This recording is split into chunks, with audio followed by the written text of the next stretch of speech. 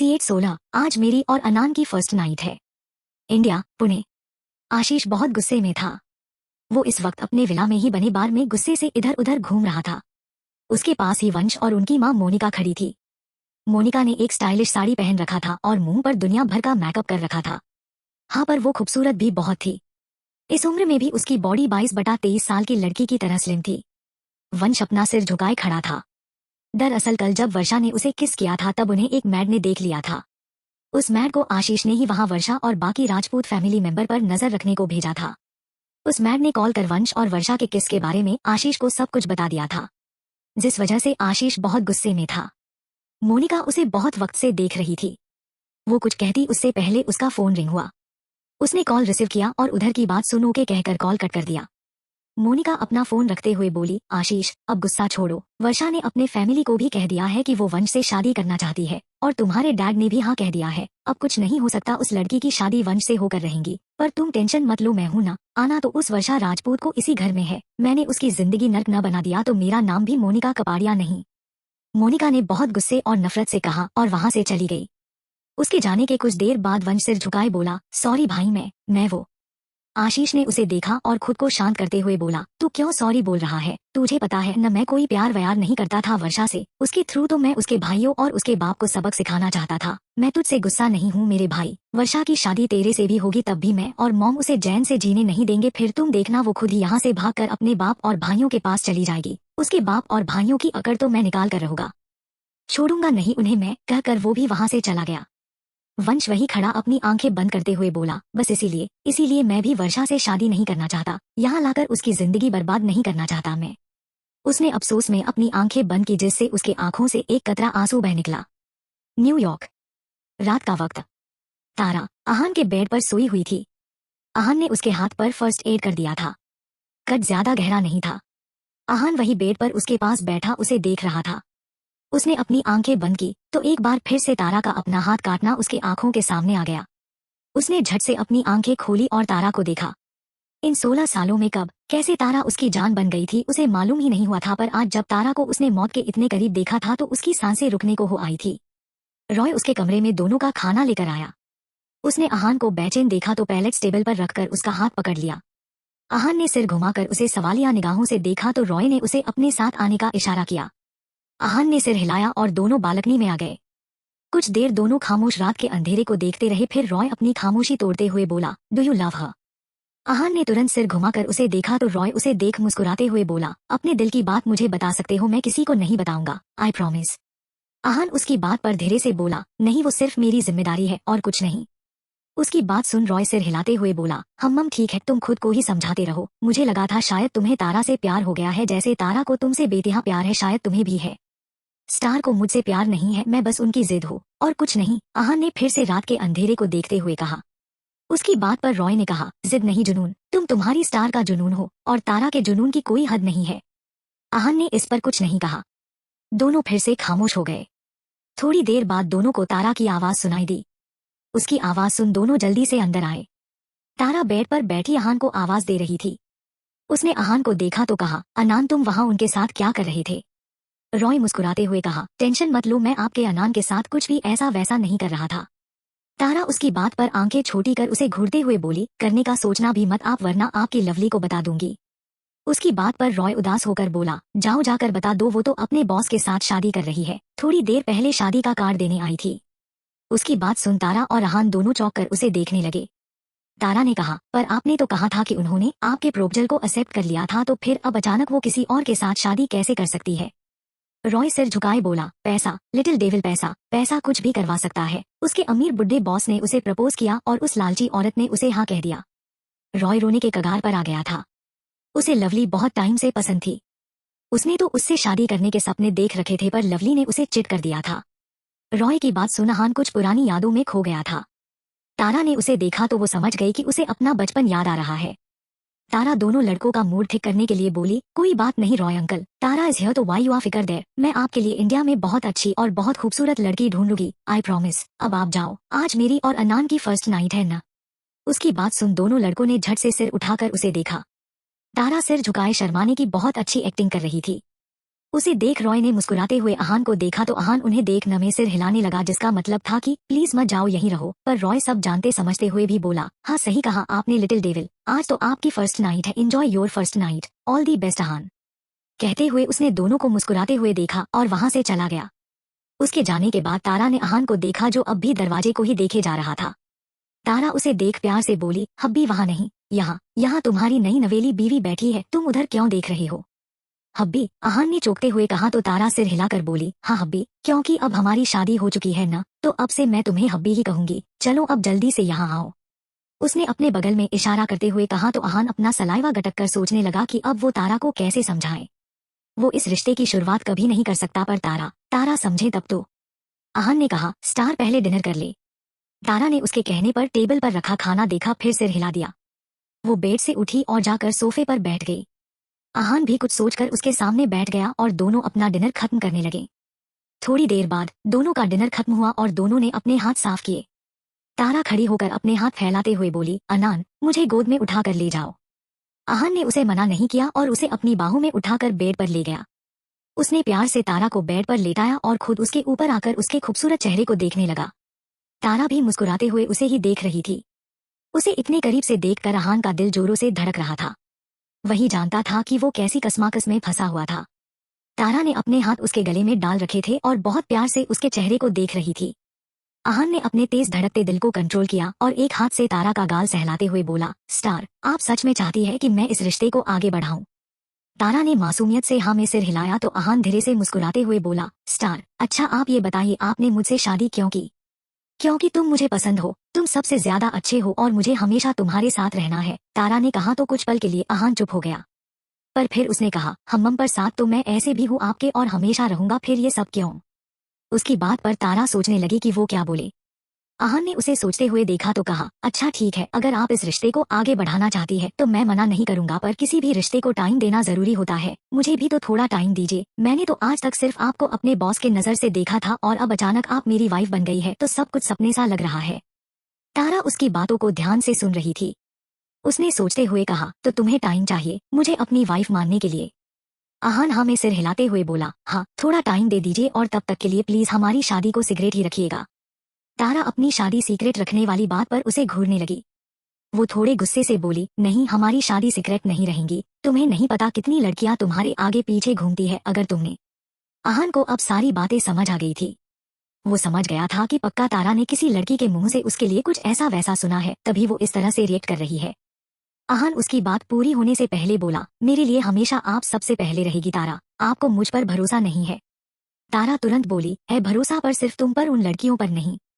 आहान फिर से उसे समझाते हुए बोला, तो बस मुझ पर भरोसा रखिए, मैं ऐसा वैसा कुछ नहीं करूंगा। तारा ने उसे कुछ पल देखा, फिर हाँ में सिर हिला दिया। उसकी हाँ देख आहान ने राहत की सांस ली और कहा, थैंक यू मुझे समझने के लिए स्टार, थैंक्स मुझे थोड़ा वक्त देने के लिए। वो उसके ऊपर से हटने को हुआ कि तारा ने उसकी टी शर्ट पकड़कर उसे जाने से रोक लिया। आहान ने उसे सवालिया निगाहों से देखा तो तारा बच्चों की तरह मुंह बनाकर बोली, हाँ ठीक है, मैं तुम्हें टाइम दे रही हूँ, पर आज यहीं मेरे साथ सो जाओ ना प्लीज। कहते हुए उसने क्यूट सा फेस बनाकर उसे देखा तो आहान ने न चाहते हुए भी हाँ में सिर हिला दिया और उसके बगल में लेट गया। उसने दोनों के ऊपर ब्लैंकेट डाला और सीलिंग को देखने लगा कि तारा ने अपना सिर उसके सीने पर रखकर उसे कसकर पकड़ लिया, जैसे उसे डर हो कि उसके छोड़ते ही आहान उससे दूर हो जाएगा। आहान का हाथ भी खुद ब खुद उसके सिर पर जाकर उसके बालों को सहलाने लगा। C8-17 तारा का इंडिया आना और राजपूत फैमिली। अगली सुबह आहान की आंखें खुली तो उसी नजर अपने ऊपर सोई हुई अपनी प्यारी स्टार पर गई। तारा पूरे बेड को छोड़ उसके ऊपर फेल कर सो रही थी। आहान तो हमेशा की तरह एक हाथ अपने सिर के नीचे और एक हाथ अपने पेट पर रख कर सो रहा था, पर आज उसका दूसरा हाथ अपने पेट पर न होकर तारा के कमर पर था। तारा सोते हुए बहुत मासूम और क्यूट सी किसी खरगोश के बच्चे की तरह दिख रही थी। उसे देख आहान के होठों पर खुद ब खुद ही हल्की मुस्कान आ गई थी। वो एकटक तारा को सोते हुए देख रहा था। तारा नींद में उसके ऊपर से गिरने को हुई कि आहान ने तुरंत उसे पकड़ लिया और किसी नाजुक सी गुड़िया की तरह उसे अपने बगल में धीरे धीरे कर लेटा दिया। उसने हल्के हाथ से उसके चेहरे पर आए उसके बालों को साइड किया और उसके खूबसूरत चेहरे को निहारने लगा। वही कमरे के बाहर रॉय चक्कर लगा रहा था। हालांकि वो जानता था कि आहान ने तारा को अपनी बातों से मना लिया होगा और दोनों के बीच कुछ नहीं हुआ होगा, पर तब भी बेचारे को उसके कमरे में जाने में बहुत अजीब लग रहा था। थक हार कर उसने एक गहरी सांस ली, फिर दरवाजे के पास कान लगाकर धीरे से डोर नॉक करते हुए फुसफुसाया, आहान जाग गए हो क्या? अगर हाँ तो प्लीज बाहर आ जा भाई। रॉय की आवाज सुन अहान अपने होश में आया कि वो क्या कर रहा था। उसके दिल और दिमाग में तारा के लिए ऐसे ख्याल नहीं आने चाहिए। वो जल्दी से उठकर बैठ गया और धीमे कदमों से दरवाजे के पास जाकर दरवाजे को खोल दिया। रॉय अब भी वैसे ही कान लगाए खड़ा था। अहान उसे अजीब नजरों से देखते हुए बोला, ये क्या कर रहे हो आप? उसकी आवाज सुन रॉय हड़बड़ा कर सीधा खड़ा हो गया। फिर वो जबरदस्ती अपने दांत चमकाते हुए बोला, मैं तुझे ही आवाज लगा रहा था। दिलीप सर कॉल पर कॉल कर रही हैं, उन्हें तुमसे बात करनी है। अहान जल्दी से बाहर निकलकर डोर बंद करते हुए बोला, उन्हें मेरी और स्टार की शादी के बारे में पता चल गया क्या? रॉय न में सिर हिलाते हुए बोला, नहीं ऐसा कुछ भी नहीं है, उनकी बातों से तो ऐसा नहीं लगा। उन्हें शायद तुमसे किसी बिजनेस डील के बारे में बात करनी है। अहान ने सिर हिलाया, फिर रॉय का फोन लेकर दिलीप का नंबर डायल करते हुए चला गया। उसके जाने के बाद रॉय ने एक नजर अंदर बेड को देखा। तारा को सोते देख रॉय ने मुस्कुराते हुए सिर हिलाया और अहान के पास चला गया। अहान ने दिलीप से बात करते हुए ओके कहा, फिर कॉल कटकर वापस अपने रूम में आ गया। उसके वापस आने तक तारा भी जाग गई थी। वो बेड पर बैठी अपने आंखों को मलते हुए बोली, गुड मॉर्निंग अनान, आज का शेड्यूल क्या है? अहान उसके सामने खड़ा होकर सीरियस होते हुए बोला, हमें आज ही इंडिया जाना होगा। इंडिया में 2 डील करनी है। दिलीप दादू ने हमें मिसेस बजाज से डील करने को कहा है और दूसरा कापाड़िया और राजपूत इंडस्ट्री के साथ मीटिंग है। तारा ठीक से बैठ कर गई। वो भी सीरियस होकर बोली, कपाड़िया और राजपूत इंडस्ट्री अलग अलग है न, तो ये हमसे मीटिंग साथ में क्यों करने वाले हैं? अहान ने उसे बताते हुए कहा, कपाड़िया और राजपूत इंडस्ट्री इंडिया के टॉप इंडस्ट्री में आते हैं। उनका बिजनेस दूसरे देशों में भी है। 2 साल पहले राजपूत इंडस्ट्री को कुछ प्रॉब्लम आई थी, उस वक्त कपाड़िया इंडस्ट्री ने उनकी हेल्प कर उनके शेयर खरीदे थे। अब दोनों बिजनेस पार्टनर है, इसलिए दोनों हमसे साथ में मिलना चाहते हैं। तारा कुछ सोचते हुए बोली, राजपूत इंडस्ट्री तो पहले ही बहुत रिच और पावरफुल थी, फिर उन्हें कपाड़िया इंडस्ट्री से हेल्प लेने की क्या जरूरत पड़ गई? अहान सिर हिलाते हुए बोला, मैं पता करता हूँ। तारा ने हाँ में सिर हिलाया और कहा, चॉपर रेडी करवाओ और मिसेस बजाज के साथ आज ही मीटिंग फिक्स करो। कल हम कापड़िया और राजपूत इंडस्ट्री से मिलेंगे। अहान ने हाँ में सिर हिलाया और जाने को हुआ कि तारा ने कहा, वैसे अनान, कपाड़िया इंडस्ट्री से मीटिंग के लिए कौन आ रहा है? अहान ने पीछे पलट कर कहा, जहाँ तक मुझे पता है फिलहाल मिस्टर कपाड़िया इंडिया में नहीं है। उनके दोनों बेटे मान और वंश कपाड़िया इंडिया का बिजनेस संभालते हैं, तो मीटिंग के लिए भी वही आएंगे। तारा ने सिर हिलाया तो अहान वापस पलटकर वॉशरूम चला गया। उसके जाने के बाद तारा बेड से सिर टिकाते हुए बोली, Kapadia, I am so excited to meet you. करीब 1 घंटे के बाद तारा, अहान और रॉय तीनों बिल्डिंग के छत पर थे। तीनों ने अपने आंखों पर स्टाइलिश सेट्स चढ़ा रखे थे। कुछ पल में ही वहां एक चॉपर लैंड हुआ। तीनों जाकर उस चॉपर में बैठ गए और उनके बैठने के कुछ देर बाद वो चॉपर इंडिया के लिए उड़ान भरने लगा। India, Pune, Rajput bungalow. वर्षा और बाकी पूरी राजपूत फैमिली डाइनिंग टेबल पर बैठे थे। वर्षा अपने प्लेट में परोसा खाना देख मुंह बनाते हुए बोली, माँ ये क्या है? मुझे व्हाइट सॉस पास्ता खाना था ना। उसके कहने पर एक औरत जिसने रेड सिल्क साड़ी पहना था, देखने में वो बहुत खूबसूरत लग रही थी। वो वर्षा को समझाते हुए बोली, बेटा हमेशा फास्ट फूड खाना हेल्थ के लिए अच्छा नहीं होता, कभी कभी घर का बना खाना चाहिए। उनकी बात पर वर्षा ने एक आदमी जो न्यूज़पेपर्स पढ़ रहे थे उससे बोली, बाबा साहब आप कुछ बोलिए ना, मुझे ये खाना नहीं खाना। उस आदमी ने न्यूज़पेपर्स अपने चेहरे के सामने से हटाया और वर्षा को देखा। उस आदमी का नाम देवांश राजपूत था, जिसकी उम्र लगभग 52 साल थी, पर उनकी फिटनेस देख यकीन करना मुश्किल होता था कि उनकी उम्र इतनी होगी। वो बहुत हैंडसम और अट्रैक्टिव थे। राजपूत परिवार रॉयल फैमिली से बिलोंग करते थे, पर देवांश के दादाजी ने अपना राज्य अपने बड़े भाई को सौंप दिया था और खुद पुणे आकर अपना बिजनेस संभालने लगे थे। राजपूत परिवार का पूरे भारत में अपना ही नाम और रुतबा था। देवांश के सामने किसी की बोलने की हिम्मत नहीं होती थी, पर वर्षा उनकी बेटी थी। वर्षा भी बाकियों की तरह उनसे डरती थी, पर वो अपनी मन की बात भी उनके सामने रखती थी। देवांश ने उसकी बात पर नित्या यानी अपनी पत्नी से कहा, नित्या, वर्षा के लिए व्हाइट सॉस पास्ता भी बनवा दीजिए और वर्षा आप पहले अपने प्लेट का खाना खत्म कीजिए, उसके बाद पास्ता खा लीजिएगा। वर्षा ने हाँ में सिर हिलाया तो देवांश ने प्यार से उसके सिर पर हाथ फेरा, फिर अपना ब्रेकफास्ट करने लगे। डाइनिंग टेबल पर और भी लोग बैठे थे। वर्षा के 2 बड़े भाई थे। बड़े भाई का नाम नीरज राजपूत और छोटे भाई का नाम रोशन रावल था। रोशन देवांश की बहन का बेटा था। रोशन के पापा यानी राम रावल देवांश का असिस्टेंट और दोस्त था। राम और देवांश की बहन दिशा की लव मैरिज हुई थी और वो दोनों भी इनके साथ यहीं राजपूत बांग्लो में रहते थे। नीरज और रोशन दोनों बहुत हैंडसम लड़के थे और दोनों की शादी फिक्स थी। दोनों अपनी इकलौती बहन वर्षा के लिए बहुत पजेसिव थे। दोनों को ही मान बिल्कुल पसंद नहीं था। उन्हें तो वंश से भी प्रॉब्लम थी, पर वर्षा को वंश पसंद था, इसलिए दोनों कुछ नहीं कर सकते थे। नित्या भी चेयर पर बैठ गई और वर्षा से बोली, वर्षा, आशीष भाई और वाणी कब आने वाले हैं? वर्षा ने खाते हुए कहा, मम्मा पापा 2 दिन बाद आपकी और बाबा सा की एनिवर्सरी में आएंगे। उसकी बात पर नित्या ने सिर हिला दिया और कहा, दिशा, दिव्या कब आने वाली है?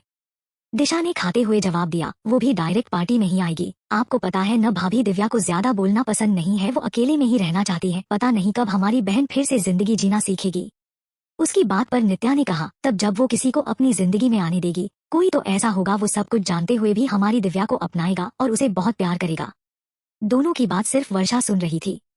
वो धीरे से बोली, आप दोनों बोलो तो मैं अपने लिए छोटी बुफा जी को ढूंढूं। दोनों ने हाँ में सिर हिलाया तो वर्षा ने भी कहा, तो बस आज से ही मैं छोटे फुफा जी को ढूंढने में लग जाती हूँ। दोनों उसकी बात पर मुस्कुरा दी। राम अपना फोन चेक करके बोले, देवांश, कल ऐड के साथ मीटिंग फिक्स हो गई है। देवांश उसकी बात पर नीरज और रोशन से बोले, तुम दोनों भी कल की मीटिंग में आओगे। आज से हमारी डील होनी बहुत जरूरी है। उसे गलती पसंद नहीं है और न ही वो दूसरा मौका देती है, इसलिए अगर मान से कोई गलती होती भी है तो तुम दोनों को कैसे भी करके सिचुएशन संभालनी पड़ेगी। दोनों ने हाँ में सिर हिला दिया और खाने के बाद कल की मीटिंग की तैयारियों में लग गए। नाम का लोचा हो गया। सॉरी, अवदान के बेटे का नाम आशीष है और वंश के भाई यानी मोनिका के बेटे का नाम अर्पित रखा था, पर अब से उसका नाम मान नाम रहेगा और जिसका नाम अनीता रखा था उसका महक नाम रहेगा, ताकि कोई कंफ्यूज न हो, इसलिए मैं कपल नेम बता देती हूँ। आहान बटा तारा, वंश बटा वर्षा, मान बटा महक, रॉय बटा दिव्या। और अवदान के बेटे बहू का नाम आशीष और वाणी। अब गलती नहीं होगी और न ही कंफ्यूजन होगा। आगे स्टोरी में और कपल आएंगे। और हाँ, तारा और राम की बहुत जमने वाली है। दोनों का सीन बहुत फनी होने वाला है, इसके लिए थोड़ा वेट करो। CH18 आहान नशे में। इंडिया, रात का वक्त। Night club. Tara Mrs Bajaj के सामने बैठी हुई थी। मिसेस बजाज 30 साल की एक फॉरेन लेडी थी जिसने इंडिया के बिजनेसमैन से शादी कर ली थी और अब वही सारा बिजनेस संभालती थी। तारा सोफे पर बैठी फाइल पढ़ रही थी। वहीं मिसेस बजाज की नजर तारा के पीछे खड़े आहान पर थी। आहान को उसकी लस्ट भरी नजरें खुद पर महसूस हो रही थी, पर वो ऐसे खड़ा था जैसे उसे इन सब से कोई फर्क न पड़ रहा हो। तारा ने फाइल बंद किया और कहा, मिसेस बजाज, मैं साइन कर देती हूँ, पर इस पर काम जल्द से जल्द स्टार्ट होना चाहिए। मिसेस बजाज मुस्कुराते हुए बोली, यस ऑफ कोर्स, हम नेक्स्ट वीक से ही काम स्टार्ट कर देंगे। तारा न में सिर हिलाया और कहा, नहीं, नेक्स्ट वीक नहीं, मुझे 2 दिन में काम स्टार्ट चाहिए। मिसेस बजाज उसकी बात पर मन ही मन मुस्कुराई और बोली, ओके, पर उसके लिए इलीगल पेपर पर भी आपकी साइन चाहिए होगी। मैंने लीगल पेपर घर पर ही छोड़ दिए हैं, आप नीचे क्लब में जाकर एंजॉय कीजिए। पेपर आते ही मैं आपसे मैनेजर को पेपर दे दूंगी, फिर आप साइन कर दीजिएगा और हम 2 दिन में ही कंस्ट्रक्शन का काम स्टार्ट कर देंगे। तारा ने उसे अपनी पैनी नजरों से देखा, फिर हाँ में सिर हिलाकर खड़ी हो गई। उसने आहान को देखते हुए कहा, तुम इनसे पेपर लेकर आना। आहान ने हाँ में सिर हिलाया तो तारा एक नजर मिसेस बजाज को देखकर चली गई। उसके जाने के बाद मिसेस बजाज ने अपने फोन में एक मैसेज टाइप किया और किसी को सेंड करके आहान से मुस्कुराते हुए बोली, मिस्टर, आप खड़े क्यों हैं, बैठ जाइए, मैंने मैसेज कर दिया है, 10 मिनट में पेपर आ जाएंगे। आहान ने हाँ में सिर हिलाया और सोफे पर बैठ गया। मिसेस बजाज अब भी उसे ऊपर से नीचे तक अजीब नजरों से घूर रही थी। 2 मिनट बाद एक वेटर अंदर आया और दोनों के सामने जूस का ग्लास रख दिया। आहान अपने फोन में लगा हुआ था, इसलिए उसने ज्यादा ध्यान नहीं दिया और जूस का ग्लास उठाकर पीने लगा। मिसेस बजाज ने उसे जूस पीते देखा तो उसने वेटर को कुछ इशारा किया। वेटर ने हाँ पलके झपकाते हुए वहां से चला गया। मिसेस बजाज ने भी अपना ग्लास उठाकर होठों से लगा लिया, पर उसकी नजरें अब भी आहान पर बनी हुई थी। कुछ देर बाद ही आहान का सिर घूमने लगा था। वो बार बार अपना सिर दबा रहा था। जब उसे अपनी तबीयत बिगड़ती हुई लगी तो आहान खड़ा होकर बोला, सॉरी मिसेस बजाज, मैं कल आपके विला आकर पेपर ले जाऊंगा, फिलहाल मुझे जाना पड़ेगा। वो जाने को हुआ कि मिसेस बजाज जल्दी से उसके सामने आकर खड़ी हो गई।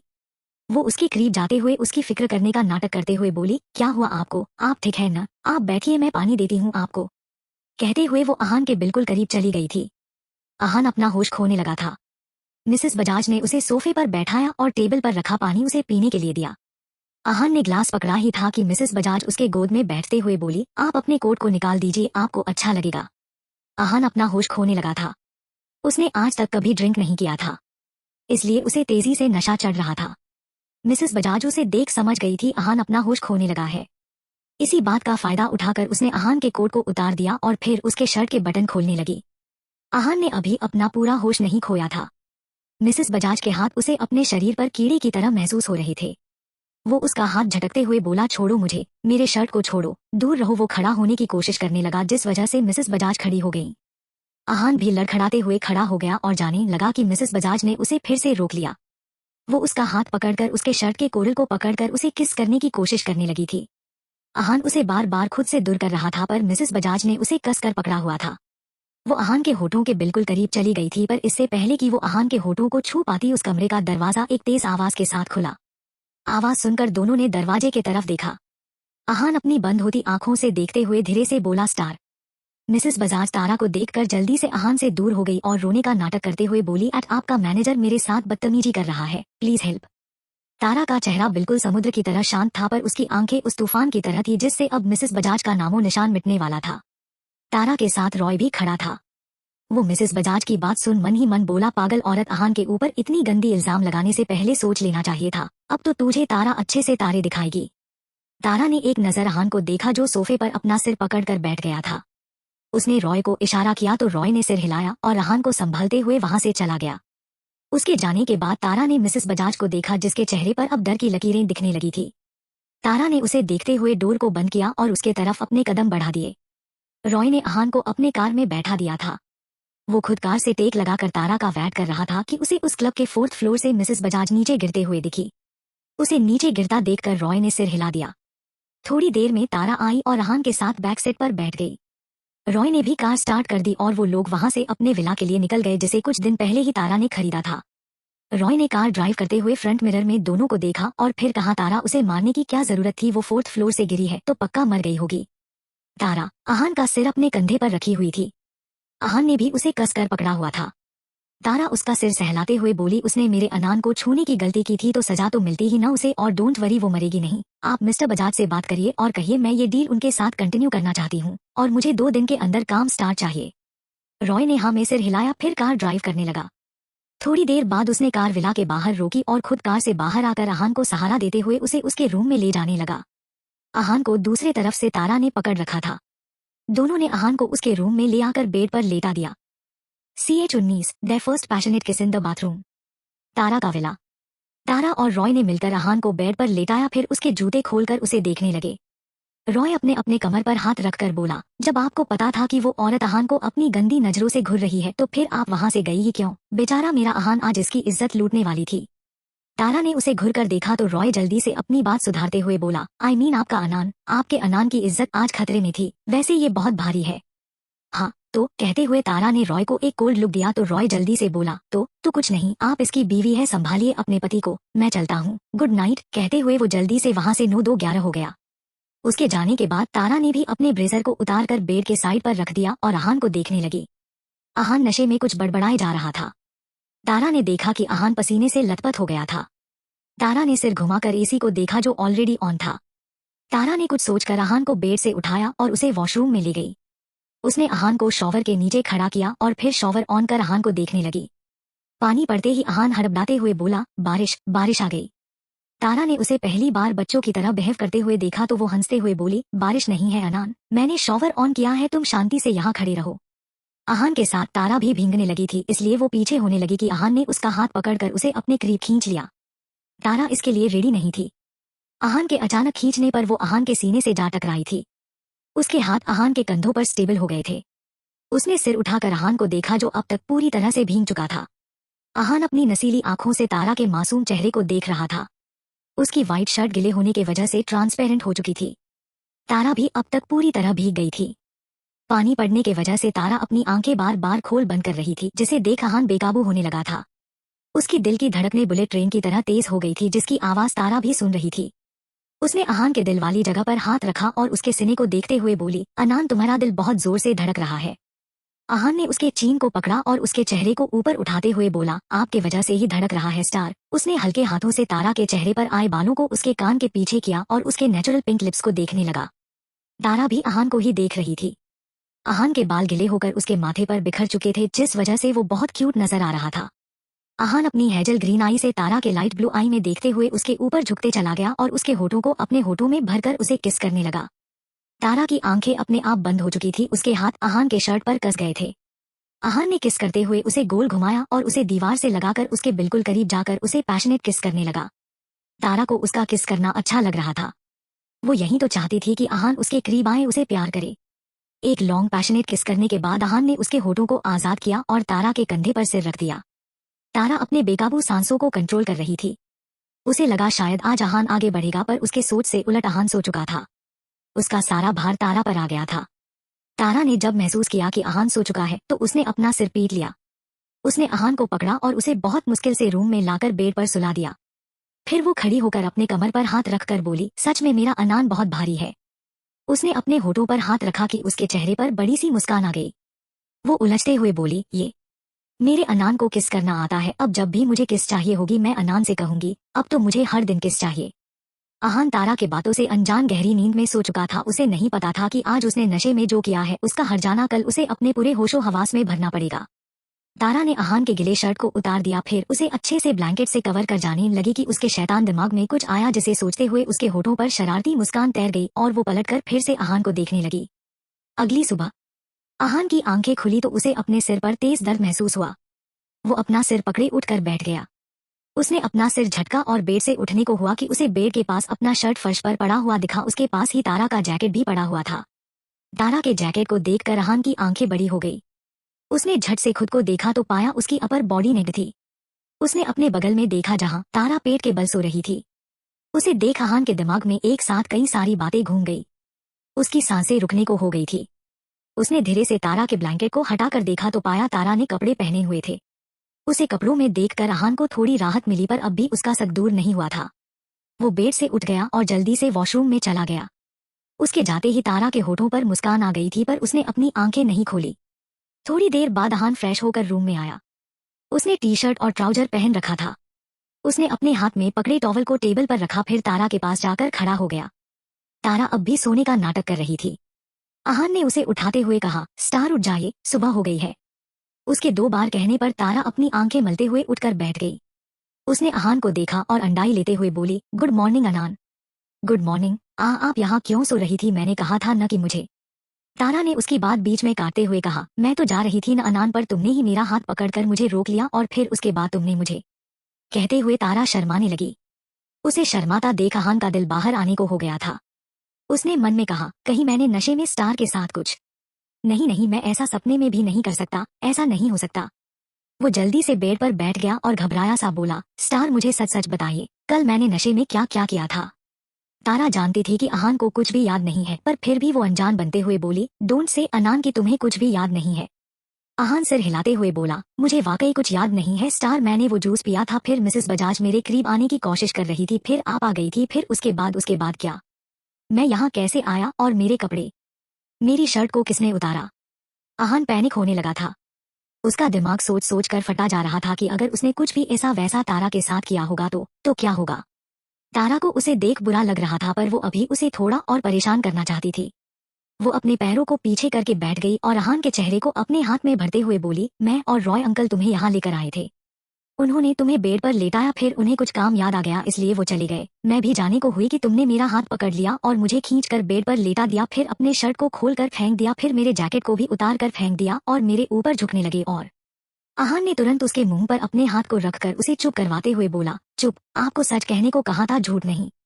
तारा पकले झपकाते हुए उसे देख रही थी। अहान ने उसे अपना हाथ हटाया तो तारा मासूम सा चेहरा बनाकर बोली, झूठ झूठ बोले कौआ काटे, मैं झूठ नहीं बोलती। अहान ने उसे बेयकीनी से देखा तो तारा सिर हिलाते हुए बोली, मतलब हाँ, कभी कभी झूठ बोलती हूँ, पर हमेशा थोड़ी न मैं झूठ बोलूंगी। तुम्हें मुझ पर यकीन नहीं है, तुम्हें लगता है मैं झूठ बोल रही हूँ। हाँ बोलो, मैं झूठी हूँ। कहते हुए तारा बार बार अपनी पलकें झपकाने लगी। अहान उसकी सारी नौटंकी समझता था।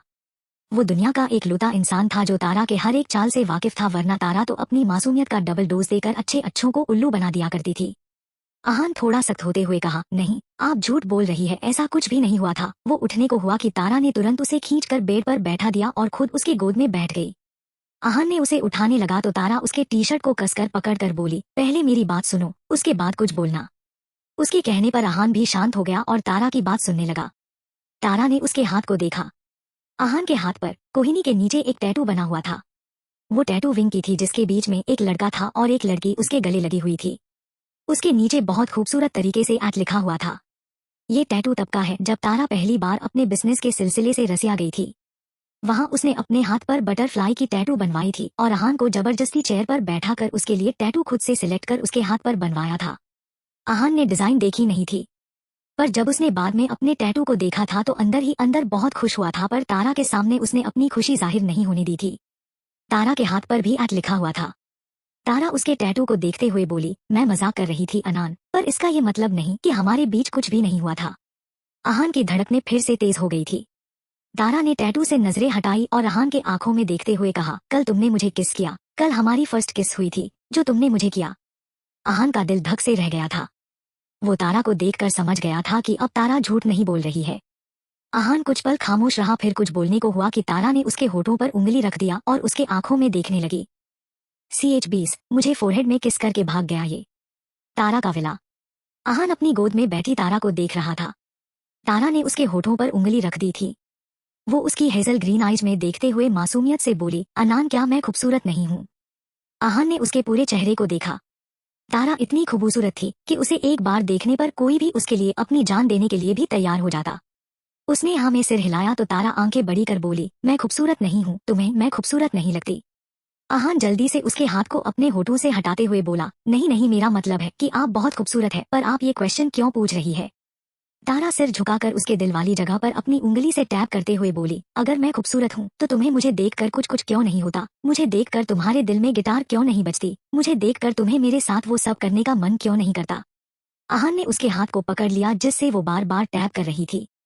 वो बोला, स्टार हम लेट हो जाएंगे, आज हमारी मीटिंग है ना, हम इस पर बाद में फिर कभी बात करेंगे।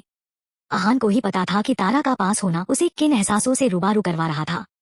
उसके दिल की धड़कनें रेल की तरह झुक झुक कर रही थी। वो उसे फिर से अपनी गोद से उठाने लगा कि तारा ने कसकर उसके टी शर्ट को पकड़ लिया और जिद करते हुए बोली, नहीं नहीं, पहले तुम मेरी एक विश पूरी करो। आहान जल्दी से बोला, बोलिए क्या चाहिए आपको? किस, जल्दी से मुझे किस करो उम्मा, कहते हुए तारा ने आंखें बंद कर अपने होठों को उठा लिया। आहान को हंसी भी आ रही थी और रोना भी। तारा अपनी बातों से पहले ही उसे पागल बना दिया करती थी, पर अब तो वो डायरेक्ट ऐसी चीज की फरमाइश कर रही थी जिसे सुन आहान के कान लाल हो रहे थे। बेचारा आहान पहले से ही बहुत शाय नेचर का बंदा था। तारा की विश सुन वो अब पानी पानी हो रहा था।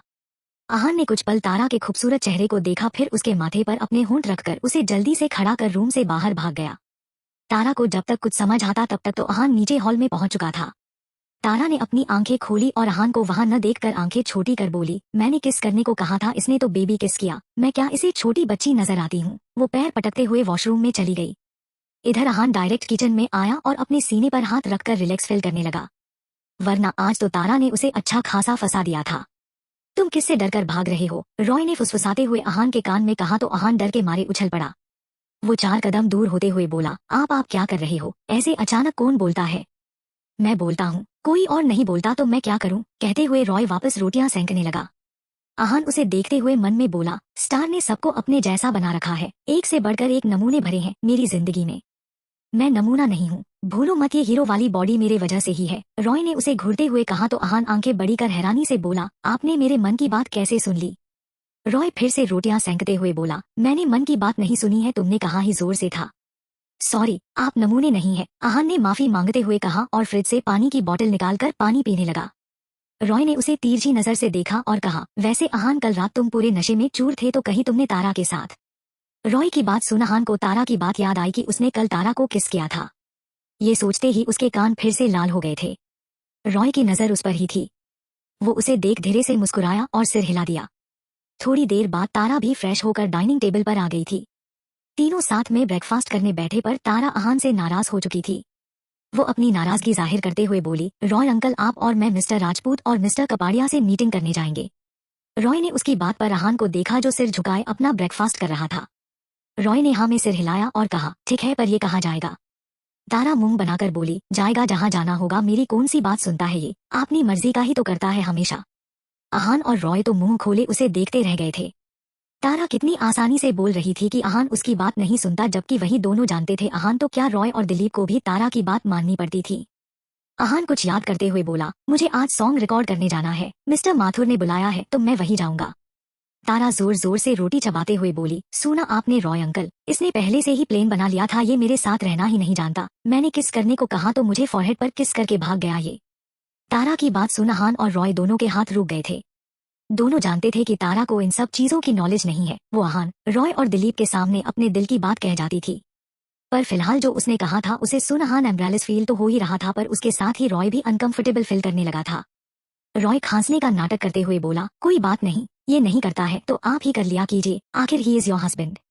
आहान ने उसे देखते हुए बेचारा सा मुंह बनाकर मन ही मन कहा, आप क्यों स्टार के दिमाग में ऐसी बातें डाल रही हैं, पता है न ये फिर वही सब करने लगेगी। रॉय ने उसे एक बड़ी वाली स्माइल पास की और बिना कुछ बोले उठकर अपने रूम में चला गया। थोड़ी देर बाद तारा अपने रूम में रेडी हो रही थी। उसके दिमाग में रॉय की बात घूम रही थी। उसने एक बार खुद को मिरर में देखा, फिर रूम से निकलकर अहान के कमरे में चली गई। CH21, आपकी बेटी इतनी बड़ी बिजनेस वुमेन है। तारा का विला। अहान अपने कमरे में था और इस वक्त शर्ट पहन रहा था। तभी उसके कमरे में तारा आई। अहान ने उसे देखा तो वो जल्दी से पीछे पलटकर अपने शर्ट के बटन लगाने लगा, पर तारा पर इन सब का कोई असर नहीं हुआ। वो उसके पास गई और उसके सामने खड़ी होकर उसके शर्ट की बटन लगाने लगी। अहान तो बस उसे देखता ही रह गया था। आज तारा बीवियों की तरह उस पर हक जता रही थी। तारा ने उसके सारे बटन लगाए, फिर उसके कॉलर को ठीक कर उसके होठों पर लाइट किस करके बोली, ऑल दी बेस्ट, अच्छे से गाना। अहान ने धीरे से हाँ में सिर हिलाया तो तारा ने मुस्कुराते हुए उसे देखा, फिर वो रूम से बाहर चली गई। उसके जाने के बाद अहान ने अपने होठों पर अपने हाथ रख लिए और कुछ सोचने लगा। तारा और रॉय राजपूत इंडस्ट्री के लिए निकल गए और अहान भी अपना गाना रिकॉर्ड करने के लिए अपनी कार से चला गया। दूसरी तरफ राजपूत इंडस्ट्री के मीटिंग रूम में देवांश, राम, नीरज और रोशन बैठे हुए थे। उनके सामने मान और वंश भी बैठे हुए थे। देवांश और राम खुद में ही कुछ बात कर रहे थे, पर नीरज और रोशन मान और वंश को घूर रहे थे। मान भी होठों पर टेढ़ी मुस्कान लिए उन दोनों को देख रहा था। वही वंश मीटिंग में यूज होने वाली डॉक्यूमेंट पढ़ रहा था। उनके साथ कुछ और लोग भी बैठे हुए थे। उन सबको ऐड का इंतजार था। तभी एक आदमी दरवाजा खोलते हुए बोला, मिस ऐड आ गई है। उसकी बात सुन सारे लोग खड़े हो गए। सबने साथ में सिर घुमा कर देखा तो अंदर आ रहे सस को देखकर किसी को भी अपने आंखों पर यकीन नहीं हुआ। तारा दरवाजे से इंटर करती है और सबको एक नजर देखकर अपनी चेयर के तरफ जाने लगती है। तारा ने आज ब्लू बूट का जीन्स के साथ कैमल करल का ब्लेजर और हिल्स पहन रखा था। बालों का पोनी टेल बना रखा था और चेहरे पर लाइट मेकअप था। एक हाथ में वॉच थी और गले में ब्लू स्टार का लॉकेट। चेहरे के एक्सप्रेशन बिल्कुल शांत थे। वो बहुत खूबसूरत और मैच्योर नजर आ रही थी। तारा जाकर अपनी चेयर पर बैठी। उसके बाद बाकी सब भी अपनी अपनी चेयर पर बैठ गए। देवांश, राम, नीरज और रोशन के साथ साथ मान और वंश की नजरें भी तारा पर टिकी हुई थी। उन सबके मन में एक ही बात चल रही थी। रोशन कुछ कहने को हुआ कि राम ने उसे शांत रहने का इशारा किया। राम का इशारा पाकर वो चुप रहा। मीटिंग स्टार्ट हुई और तारा उन सबकी प्रेजेंटेशन सुनने लगी। प्रेजेंटेशन खत्म होने के बाद मान अपने घमंड में डूबा हुआ बोला, सो मिस ऐड, अब साइन किया जाए। तारा ने उसे देखा और बिना किसी भाव के बोली, या वाई नॉट, बट उससे पहले ये बताइए, अगर मैं डील करती हूँ तो मुझे क्या फायदा होगा। उसकी बात पर मान और बाकी सब उसे देखने लगे। तारा की नजर मान और वंश पर भी ही थी। वो दोनों का कंफ्यूज चेहरा देखकर मन ही मन मुस्कुराई और बोली, सुना है कपाड़िया इंडस्ट्री मुंबई में एक 7 स्टार होटल बना रही है, I want share from it. मान ने उसकी बात पर उसे गुस्से से घुरा। वो 7 स्टार होटल मान का ड्रीम प्रोजेक्ट था जिसे वो पर्सनली अपने पैसों से अपनी जमीन पर बना रहा था। बट तारा की बात मानने के अलावा उसके पास और कोई दूसरा ऑप्शन नहीं था। मान ने कहा, okay now you can sign it. Tara ने फिर से पेपर्स उठाया और उस पर अपने साइन करके खड़ी हो गई। उसके खड़े होने से सारे लोग खड़े हो गए। मान ने अपना हाथ उससे हैंड शेक करने के लिए बढ़ाया तो तारा ने एक नजर उसे देखा, फिर उसे इग्नोर कर मीटिंग रूम से बाहर निकल गई। उसके साथ रॉय भी निकल गया। मान ने ये देखकर गुस्से से अपनी मुट्ठी भींच ली। उसके जाने के बाद बाकी लोग जाने लगे, पर देवांश वापस अपनी चेयर पर बैठ गया। मान उन्हें देखकर तिरछा मुस्कुराते हुए बोला, क्या बात है मिस्टर राजपूत, आपकी बेटी इतनी बड़ी बिजनेस वुमन है और आपको खबर ही नहीं है, वाओ दैट्स ऑसम। देवांश ने एक नजर उसे देखा, फिर वो भी मीटिंग रूम से बाहर निकल गया। उसके पीछे बाकी सारे भी निकल गए। उनके जाते ही मान के चेहरे पर फिर से गुस्से वाले भाव आ गए थे। मान ने वंश से कहा, वंश ऐड के बारे में सारी इन्फॉर्मेशन निकालो, A to Z मुझे सब कुछ जानना है इस लड़की के बारे में। वंश ने हाँ में सिर हिला दिया, पर उसके दिमाग में भी तारा घूम रही थी। देवांश और बाकी सब मीटिंग रूम से बाहर निकलकर तारा के पास जाने लगे, पर नीरज ने उन्हें रोकते हुए नीचे देखने को कहा। सब बिल्डिंग के 3rd फ्लोर पर थे और एक बड़े से ग्लास वॉल से नीचे देख रहे थे। नीचे तारा रॉय के साथ अपनी कार में बैठ रही थी। उन्हें देख राम ने कहा, क्या ऐसा हो सकता है, ये तो बिल्कुल फिल्मों जैसा है। रोशन कुछ सोचते हुए बोला, हमें पता करना चाहिए इसके बारे में, इसकी आंखें देखी आप लोगों ने। देवांश ने कहा, हम पता करो इसके बारे में, पर ये बात घर पर किसी को बताने की जरूरत नहीं है। 2 दिन बाद जब आशीष और वाणी आएंगे तो हम उनसे ही पूछ लेंगे। देवांश की बात पर सबने हाँ में सिर हिलाया और सब तारा की जाती हुई कार को देखने लगे। तारा के कार में रॉय ड्राइव कर रहा था और तारा उसके बगल वाली सीट पर बैठी चॉकलेट खा रही थी। रॉय ड्राइव करते हुए बोला, वैसे लिटिल डेविल, आपने मान से मॉल की शेयर वाली बात क्यों कही। उसकी बात पर तारा मिस्टीरियस स्माइल लिए बोली, वो तो वक्त आने पर पता चलेगा। वैसे आपने मिस्टर राजपूत को देखा, कितने हैंडसम थे वो। रॉय ने हाँ में सिर हिलाया, फिर दोनों बातें करते हुए अपने विला लौटने लगे। CH22, Tara and Ahaan on bed. Tara का विला। तारा रॉय और अहान के साथ डिनर कर रही थी। तारा ने खाते हुए कहा, अनान तुम्हारा सॉन्ग रिकॉर्ड कैसा हुआ। आहान हल्का मुस्कुराते हुए बोला, अच्छे से हुआ स्टार, सबको मेरा गाना पसंद भी आया। रॉय ने कहा, आहान तुम गाना क्यों नहीं लिखते हो भाई? तारा उसकी बात सुन खुश होते हुए बोली, हाँ अब तो तुम्हारी इतनी खूबसूरत, मासूम और क्यूट सी बीवी भी है, मुझे देख देख कर तुम रोमांटिक रोमांटिक गाने लिखना, ओके। आहान और रॉय तो सिर उठाकर उसे ही देख रहे थे। कैसे वो खुद की तारीफ करते हुए शर्मा रही थी। दोनों लड़कों ने फिर से एक दूसरे को देखा और न में सिर हिला दिया। तारा ने कहा, वैसे अनान कल हम लोग शॉपिंग पर जाएंगे, उसके बाद तुम मुझे छोले भटूरे खिलाने ले जाना। रॉय जल्दी से बोला, हाँ मैं भी जाऊंगा, और लिटिल डेविल वो छोले भटूरे नहीं छोले भटूरे होता है, मुझे भी खाना है छोले भटूरे। आप क्यों जाओगे? न्यूली मैरिड कपल के बीच में कबाब में हड्डी बनने सिर्फ मैं और मेरा अनान जाएंगे, तारा ने रॉय को घूरते हुए कहा तो रॉय मासूम सा चेहरा बनाकर बोला, मैं क्यों नहीं जा सकता लिटिल डेविल, मुझे भी ले चलिए। आहान ने शांति से कहा, स्टार आप बार बार हमारी शादी की बात क्यों करती है? अगर किसी ने सुन लिया और बॉस को बता दिया तो? कोई नहीं बताएगा अनान, मैंने उस गार्ड को अच्छे से समझा दिया था, अगर उसने हमारी शादी की बात अपने मुंह से निकाली भी तो मैं छोड़ूंगी नहीं उन्हें, और यहाँ है ही कौन? यहाँ तो सिर्फ हम तीनों ही है, मैं और तुम तो बताएंगे नहीं, और बात रही इनकी तो। कहते हुए तारा ने सख्त नजरों से रॉय को घुरा। आहान भी रॉय को देखने लगा। रॉय ने दोनों को देखा, फिर हाथ न में हिलाते हुए बोला, मैं किसी को नहीं बताऊंगा, तुम दोनों को मुझ पर भी भरोसा नहीं है क्या? तारा ने उसे घूरते हुए कहा, मुझे तो पूरी दुनिया में सिर्फ आप पर ही भरोसा नहीं है। रॉय ने उसे मुंह बनाकर देखा और कहा, मैं नहीं बताऊंगा, और आहान लिटिल डेविल कुछ गलत नहीं कहती है, उन्हें कहने दिया करो, वरना कहीं तुम भूल गए कि तुम शादीशुदा हो, और अगर किसी लड़की को पसंद करने लगे तो। कहते हुए उसने आहान को आई ब्लिंक की। आहान ने उन्हें फिर से बेचारगी से देखा। वो समझता था रॉय खुद को बचाने के लिए बात बदलते थे, और अब उसने ऐसा कह दिया था तो उसे तारा से अच्छी खासी सुनने को मिलने वाली थी। तारा पलके झपकाते हुए आहान को देखने लगी। आहान ने उसे देखा और जल्दी से बोला, ऐसा कुछ नहीं होगा स्टार, मैं किसी को पसंद नहीं करने वाला। रॉय ने उसकी बात पर कहा, आहान तुमने वो वाला गाना नहीं सुना है, अपना दिल तो आवारा न जाने किस पर आएगा, तुम्हारा दिल भी किसी पर न आ जाए, इसलिए जरूरी है कि लिटिल डेविल तुम्हें टाइम टाइम पर याद दिलाती रहे। आहान अब रॉय को प्लीजिंग नजरों से देखने लगा। रॉय का क्या था, वो तो चिंगारी में फूंक मार कर चला जाता था, आग तो बेचारे आहान को बुझानी पड़ती थी। रॉय उसे देख मुस्कुराया और बोला, मेरा हो गया, कल तुम दोनों ही चले जाना शॉपिंग पर, मैं अपनी शॉपिंग अलग से कर लूंगा, ठीक है, बाय, गुड नाइट। कहते हुए उसने आहान को ऑल दी बेस्ट का इशारा किया और अपने रूम में भाग गया। आहान ने उसके जाने के बाद तारा को देखा जो अपने दिमाग के करपुर्जे चलाने लगी थी। थोड़ी देर बाद आहान ने सारे बर्तन साफ किए, फिर पूरा किचन समेटकर अपने रूम में गया। उसने डोर लॉक किया और पलटा की तारा को अपने बेड पर देखकर उसकी आंखें बड़ी हो गई। वो जल्दी से उसके पास गया और बोला, स्टार आप यहाँ मेरे बेड पर क्या कर रही है? झूमर खेल रही हूँ। खेलोगे? ऑफ कोर्स सोने आई हूँ अनान, तारा ने चिढ़ते हुए कहा। उसकी बात सुन आहान ने प्यार से कहा, पर स्टार हमने तो डिसाइड किया था न कि कुछ दिन तक हम। तारा बीच में बोली, हाँ पर अब मेरा मूड चेंज हो गया है, रॉय अंकल ने सही कहा, तुम्हें याद दिलाते रहना पड़ेगा कि तुम अब मेरिड बॉय हो, अगर कोई तुम पर डोरे डालेगी तो तुम। स्टार आपकी लैंग्वेज को क्या हो क्या? डोरे डालेगी? कोई क्यों मुझ पर डोरे डालेगी? ये सब कौन सिखाता है आपको? आहान ने झल्लाते हुए कहा। वो तारा को ऐसे वर्ड यूज नहीं करने देना चाहता, पर अपनी तारा तो कुछ ज्यादा ही तेज थी। वो बहुत जल्दी कुछ भी सीख जाती थी। वो अपने आसपास हो रही चीजों को सुनकर बिना सोचे समझे अवदान, दिलीप, रॉय और आहान के सामने भी बोल जाती थी। तारा आहान की बात सुन तेजी से बेड से उठी और अपने घुटनों के बल जाते हुए आहान के सामने जाकर खड़ी होते हुए बोली, अरे मेरे भोले अनान, तुम्हें नहीं पता तुम कितने हैंडसम हो, कितनी क्यूट हो, कोई लड़की क्या सारी लड़कियां ही तुम डोरे डालने लगती अगर उन सब ने तुम्हें देखा होता, पर उन लड़कियों को तो पता ही नहीं है उनका फेवरेट सिंगर मिस्टर एट कैसे दिखते हैं। आहान तारा के चेहरे को ही देख रहा था। उसने कहा, आप अपने रूम में जाकर सो जाइए स्टार, मुझ पर कोई डोरे नहीं डालेगी, और अगर किसी ने डाला भी तो मैं उन डोरों में फंसने नहीं वाला। आहान जाने को हुआ कि तारा ने उसकी टी शर्ट को पकड़ लिया और अपनी पूरी जोर लगाकर अपनी तरफ खींचा। आहान इसके लिए रेडी नहीं था। तारा के अचानक खींचने पर वो तारा के ऊपर बेड पर जा गिरा और इसी बीच गलती से तारा के होठ उसके गर्दन को छू गए।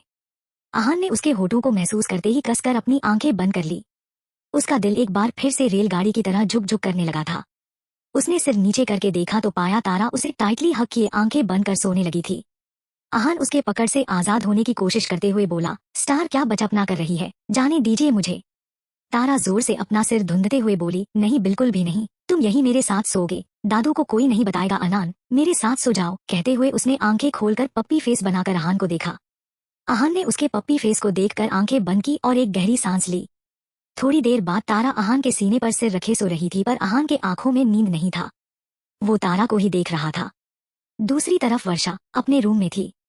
वो बेड पर लेटी वंश से बात कर रही थी, मैं नहीं जानती तुम आओगे, अगर कल तुम मॉल में नहीं आए न तो मैं वहीं से कूद कर अपनी जान दे दूंगी, उसने वंश को धमकी देते हुए कहा।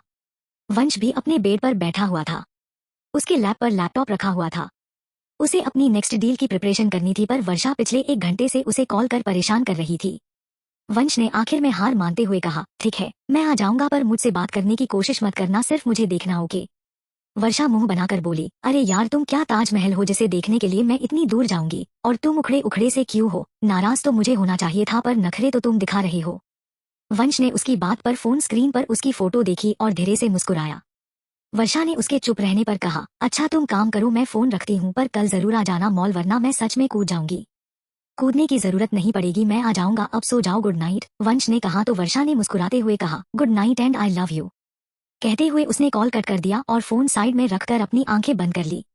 वंश ने भी फोन देखकर मुस्कुराते हुए सिर हिलाया, फिर अपने काम में लग गया। CH23 अपनी पीयू किसी के बाप की नहीं। तारा का विला। अगली सुबह रॉय अकेला विला में था। तारा आहान को अपने साथ मॉल शॉपिंग करने ले गई थी और बेचारा रॉय अकेला बैठा अपने फोन पर इंस्टा ऑन कर रील्स देख रहा था। रील्स देखते देखते रॉय ने एक डेटिंग ऐप की वेबसाइट देखी। उस वेबसाइट को देखकर उसने मन में कहा, 40 का होने चला, अब तक तो कोई पटी नहीं, इसे ट्राई करके देखता हूँ, शायद नसीब चमक जाए और मुझ जैसे सिंगल को भी कोई मिंगल करने वाली मिल जाए। सोचते हुए रॉय ने लिंक से ऐप डाउनलोड किया और उसमें अपनी प्रोफाइल बनाकर ली। थोड़ी देर बाद ही उसे एक मैसेज आया। रॉय ने मैसेज पढ़ा तो उसे यकीन नहीं हुआ। कल उसे एक लड़की से मिलने जाना था। रॉय ने फटाफट उस लड़की की प्रोफाइल खोली, पर उस प्रोफाइल में सिर्फ लड़की का नाम, उम्र और ऐसे ही कुछ जरूरी इन्फॉर्मेशन लिखे हुए थे, पर उस लड़की की फोटो नहीं थी। रॉय ने मुंह बनाकर फोन साइड में रखा और खुद में ही कुछ सोचते हुए सोफे पर लेट गया। मॉल में वंश वर्षा को खोज रहा था, पर वर्षा उसे कहीं नहीं मिल रही थी। उसने आखिर में उसे एक मैसेज टाइप किया और वर्षा को सेंड किया तो कुछ देर बाद उसे रिप्लाई आया कि वो नित्या और दिशा के साथ लेडीज काउंटर में है, कुछ देर बाद आकर मिलेंगी। वंश ने सिर हिलाया, फिर अपने फोन में स्क्रॉल करते हुए वहां से नीचे बिलिंग काउंटर पर आ गया। उसने ध्यान नहीं दिया था, पर बिलिंग काउंटर के पास ही देवांश, राम, नीरज और रोशन खड़े थे। वंश अपने फोन में देखते हुए जा रहा था, जिस वजह से उसका ध्यान नहीं रहा और वो सीधा राम से जा टकराया। वंश ने सिर उठाकर उसे देखा, फिर बाकी सबको देखकर जल्दी से राम से सॉरी बोलने लगा, पर राम सिर्फ नाम के राम थे, अंदर से तो किसी शैतान बच्चे की तरह थे। उन्होंने अपने सिर पर हाथ रखा और नाटक करते हुए वंश से बोले, कितनी जोर से मारा है तुमने मुझे? वंश जल्दी से बोला, सॉरी अंकल, पर मैंने जानबूझकर नहीं मारा, गलती से मैं आपसे टकरा गया था, सॉरी। बाकी तीनों समझ गए थे कि राम वंश को परेशान करना चाहता है, पर बेचारा वंश ठहरा सीधा साधा बंदा। उसे लगा जैसे सच में राम को जोर की लग गई हो, जबकि राम तो किसी पहाड़ की तरह थे, बहुत हैंडसम होने के साथ बहुत मजबूत भी। उनसे टकराने वाला खुद ही टूट जाता था, पर उन्हें एक छोटी सी खरोंच भी नहीं आती थी। वंश राम का हाथ पकड़कर उसके माथे को देखते हुए बोला, कहाँ लगी है आपको, मुझे दिखाए। कहते हुए वो राम के माथे पर फूंक मारने लगा। वंश को इस तरह देखकर नीरज और रोशन मुस्कुरा रहे थे। वही देवांश के होठों पर भी छोटी सी न के बराबर मुस्कान थी। उन्हें वंश हमेशा से ही बहुत पसंद था, इसलिए जब वर्षा ने मान से शादी न कर वंश से शादी करने की बात कही थी तो देवांश ने तुरंत हाँ कर दिया था। वंश फुक मारते मारते राम के बहुत करीब चला गया था। राम को भी बहुत हंसी आ रही थी, पर वो तो अभी वंश को और ज्यादा परेशान करना चाहते थे।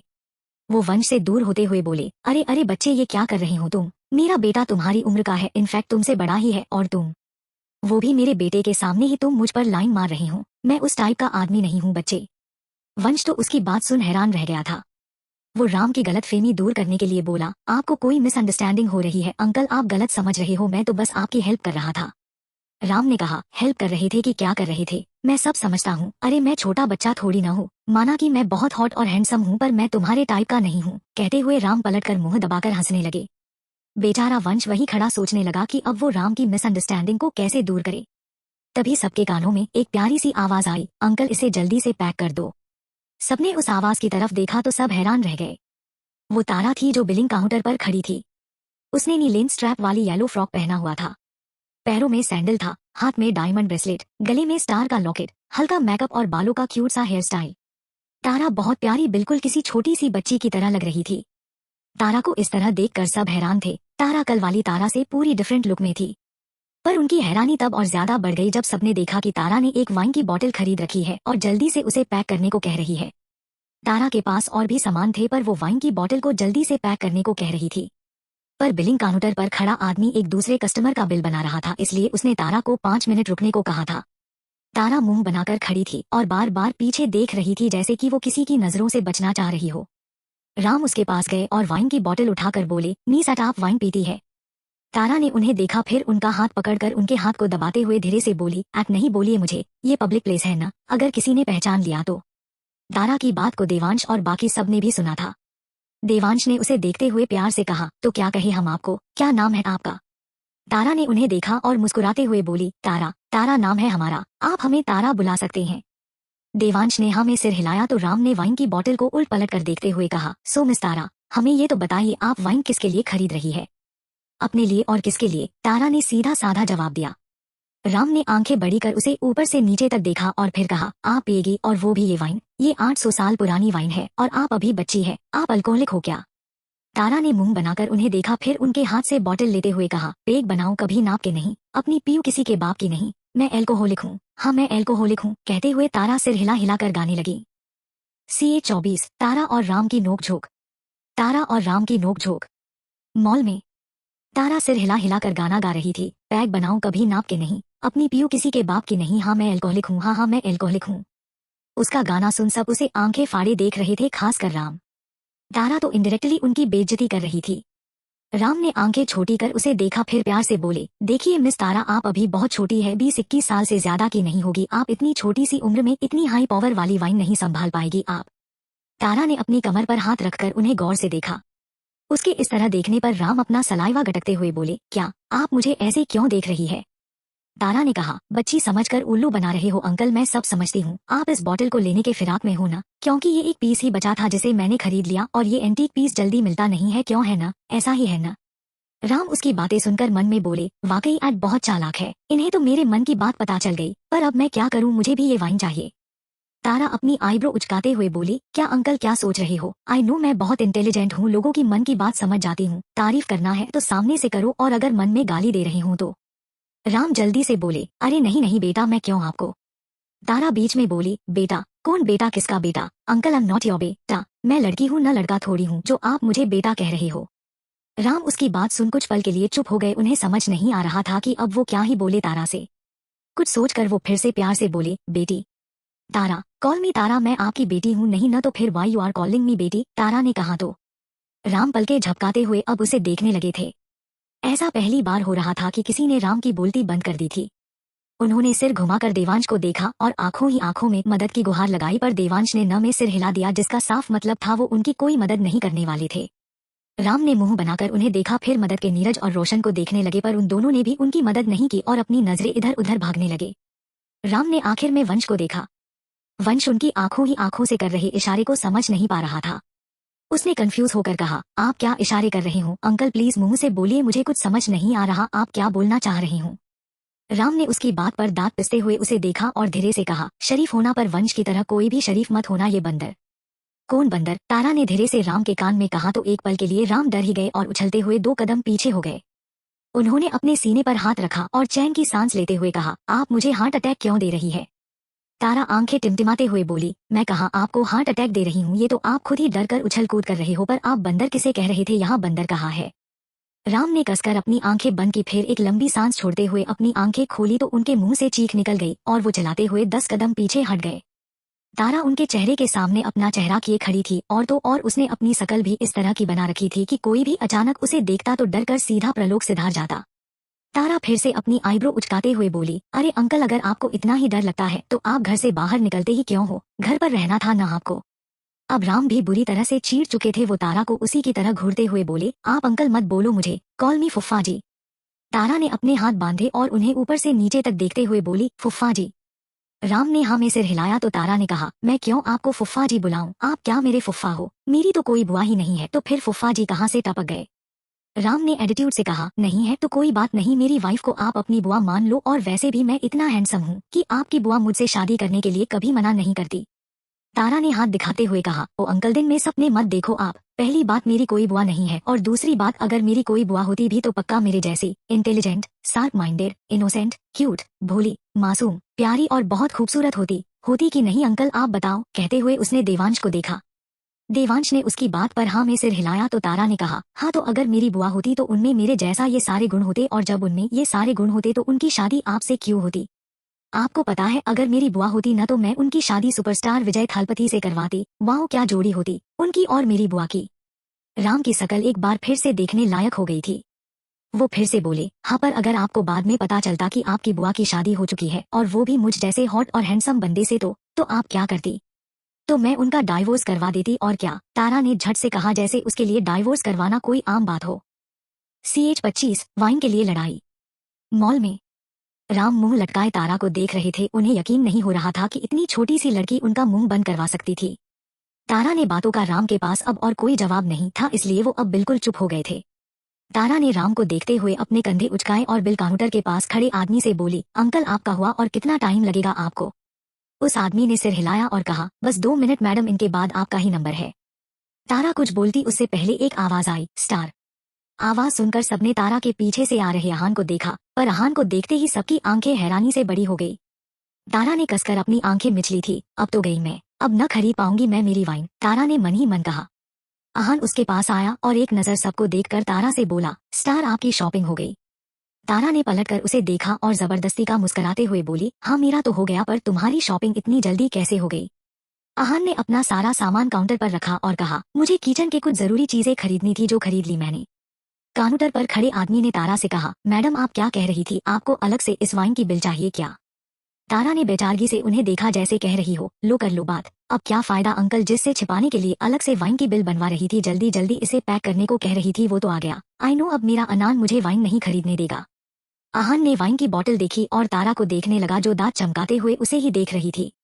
अहान ने कहा, स्टार आप वाइन खरीद रही थी? तारा अपने आंखों को रोल करते हुए बोली, हाँ वो मैं तो दिलीप के लिए खरीद रही थी, उन्हें पसंद है न, और देखो ये वाइन जल्दी मिलती नहीं है, बहुत एंटीक पीस है ये। अंकल आप इसे फटाफट पैक कर दो। नहीं रहने दीजिए, हमें नहीं चाहिए, अहान ने बॉटल साइड में रखते हुए कहा। तारा ने उसे घुर कर देखा और बच्चों की तरह मुंह बनाकर बोली, क्यों क्यों नहीं चाहिए? तुम्हें नहीं चाहिए होगी पर मुझे तो चाहिए, मैं इसे दिलीप को दूंगी, लेने दो न प्लीज। कहते हुए तारा अहान को पप्पी फेस बनाकर देखने लगी। तारा के पप्पी फेस को देखकर तो पत्थर भी पिघल जाता, पर अहान वो तारा के सारे ऊटपटांग चाल समझता था। वो शांति से बोला, वाइन हेल्थ के लिए अच्छी नहीं होती दिलीप, दादू को भी इससे सिर्फ हार्म ही होगा, इसलिए इसे रहने दीजिए, कुछ और खरीद लीजिए आप उनके लिए। तारा फिर से उसे मनाने के लिए कुछ बोलने को हुई कि राम ने कहा, सही कह रहे हो तुम, वाइन हेल्थ के लिए अच्छी नहीं होती है, लाओ मुझे दे दो। कहते हुए राम वाइन की बोतल उठाने को हुए कि तारा ने झट से बोतल उठा ली और राम को आंखें छोटी कर घूरते हुए बोली, बहुत शातिर हो आप अंकल, मेरे अनान को भड़का रहे हो आप। राम अपने लिए शातिर जैसे वर्ड को सुनकर बोला, शातिर और मैं इंटेलिजेंट हूँ, चालाक हूँ, शातिर नहीं। तीनों का मतलब अलग अलग होता है क्या? तारा ने सोचते हुए कहा। अहान ने उसे देखकर सिर हिलाया और उसके हाथ से बोतल लेकर राम को देते हुए बोला, आप इसे रख सकते हैं, हमें नहीं चाहिए ये। राम ने मुस्कुराते हुए उसे देखा और बोतल पकड़ने को हुए कि तारा ने फिर से बोतल अपने हाथ में ले लिया। राम ने ये देखकर बेचारगी से आंखें बंद कर ली। तारा ने कहा, अनान ये मेरा नहीं होगा तो इनका भी नहीं होगा, रुको तुम, मैं इसे। कहते हुए तारा आसपास देखने लगी। तभी उसे एक मोटा हट्टा कट्टा आदमी दिखा। उसे देखकर तारा झट से उसके पास गई और प्यार से बोली, अंकल आप वाइन पीते हो? उस आदमी ने तारा के क्यूट से चेहरे को देखकर मुस्कुराते हुए हाँ में सिर हिलाया तो तारा खुश होते हुए बोली, अच्छी बात है, कभी कभी एक दो पैग लगा लेना चाहिए, ये आपके लिए, आप इसे खरीद लो, दिल खुश हो जाएगा इसे पीकर आपका। कहते हुए तारा ने वाइन की बोतल उस आदमी को दे दिया। वो आदमी भी वाइन देखकर खुश हो गया था। उसने तारा को थैंक्स कहा और वहां से चला गया। तारा उसके जाने के बाद वापस आई और राम के सामने खड़ी होकर उसे घूरने लगी। अब राम भी उसे घूरने लगे थे। अहान ने बिल पे किया और तारा से कहा, स्टार चले। तारा ने राम को देखते हुए हाँ में सिर हिलाया, फिर राम को जीप चिढ़ाकर जल्दी से पलटकर आगे बढ़ गई। अहान ने उसकी इस हरकत पर राम से माफी मांगते हुए कहा, सॉरी सर, बच्ची है, प्लीज डोंट माइंड। राम ने हाँ में सिर हिलाया तो अहान अपना सारा सामान उठाकर तारा के पीछे पीछे जाने लगा। उनके जाने के बाद सब वंश को देखने लगे जो अब भी शॉक्ड होकर जाते हुए अहान को देख रहा था। राम ने उसके चेहरे के सामने हाथ हिलाते हुए कहा, इतना शॉक्ड मत हो बच्चे, तुम्हें क्या पहली बार उसे देख रहे हो? वंश ने हाँ में सिर हिलाया और हकलाते हुए बोला, ये तो बिल्कुल। देवांश सीरियस होकर बोले, तुमने पहली बार देखा उसे? वंश ने जल्दी से हाँ में सिर हिलाया और कहा, हाँ मैंने तो ऐसा कभी कुछ सुना भी नहीं था, तो फिर ये और वो तारा वो क्या? देवांश ने लंबी सांस छोड़ते हुए कहा, हमें भी नहीं पता, कल पता चल जाएगा। और वो कैसे? राम ने पूछा तो देवांश ने नीरज और रोशन को देखते हुए कहा, तारा का एड्रेस निकालो, कल हम खुद जाएंगे उन्हें इनवाइट करने। दोनों ने हाँ में सिर हिलाया। तभी वंश का फोन रिंग हुआ। उसने फोन देखा तो वर्षा का नाम फ्लैश हो रहा था। उसने सिर उठाकर सबसे कहा, अच्छा मैं चलता हूँ, पर एक रिक्वेस्ट है, उस लड़के के बारे में मैं खुद उन्हें बता दूंगा, पर फिलहाल नहीं। आई होप आप लोग समझ रहे होंगे कि मैं ऐसा क्यों कह रहा हूँ। देवांश ने फिर से हाँ में सिर हिला दिया तो वंश ने उन्हें थैंक्स कहा और वर्षा के कहे अनुसार सेकंड फ्लोर पर चला गया। CH-26 21। मॉल में वंश फिर से सेकंड के मेंस सेक्शन में था। वंश अपनी नजरें इधर उधर दौड़ाकर वर्षा को ढूंढ रहा था, पर वर्षा उसे कहीं नहीं दिख रही थी। कहाँ चली गई ये? मुझे यहीं तो आने को कहा था। तभी किसी ने उसका हाथ पकड़ा और उसे खींचकर ट्रायल रूम में ले गया।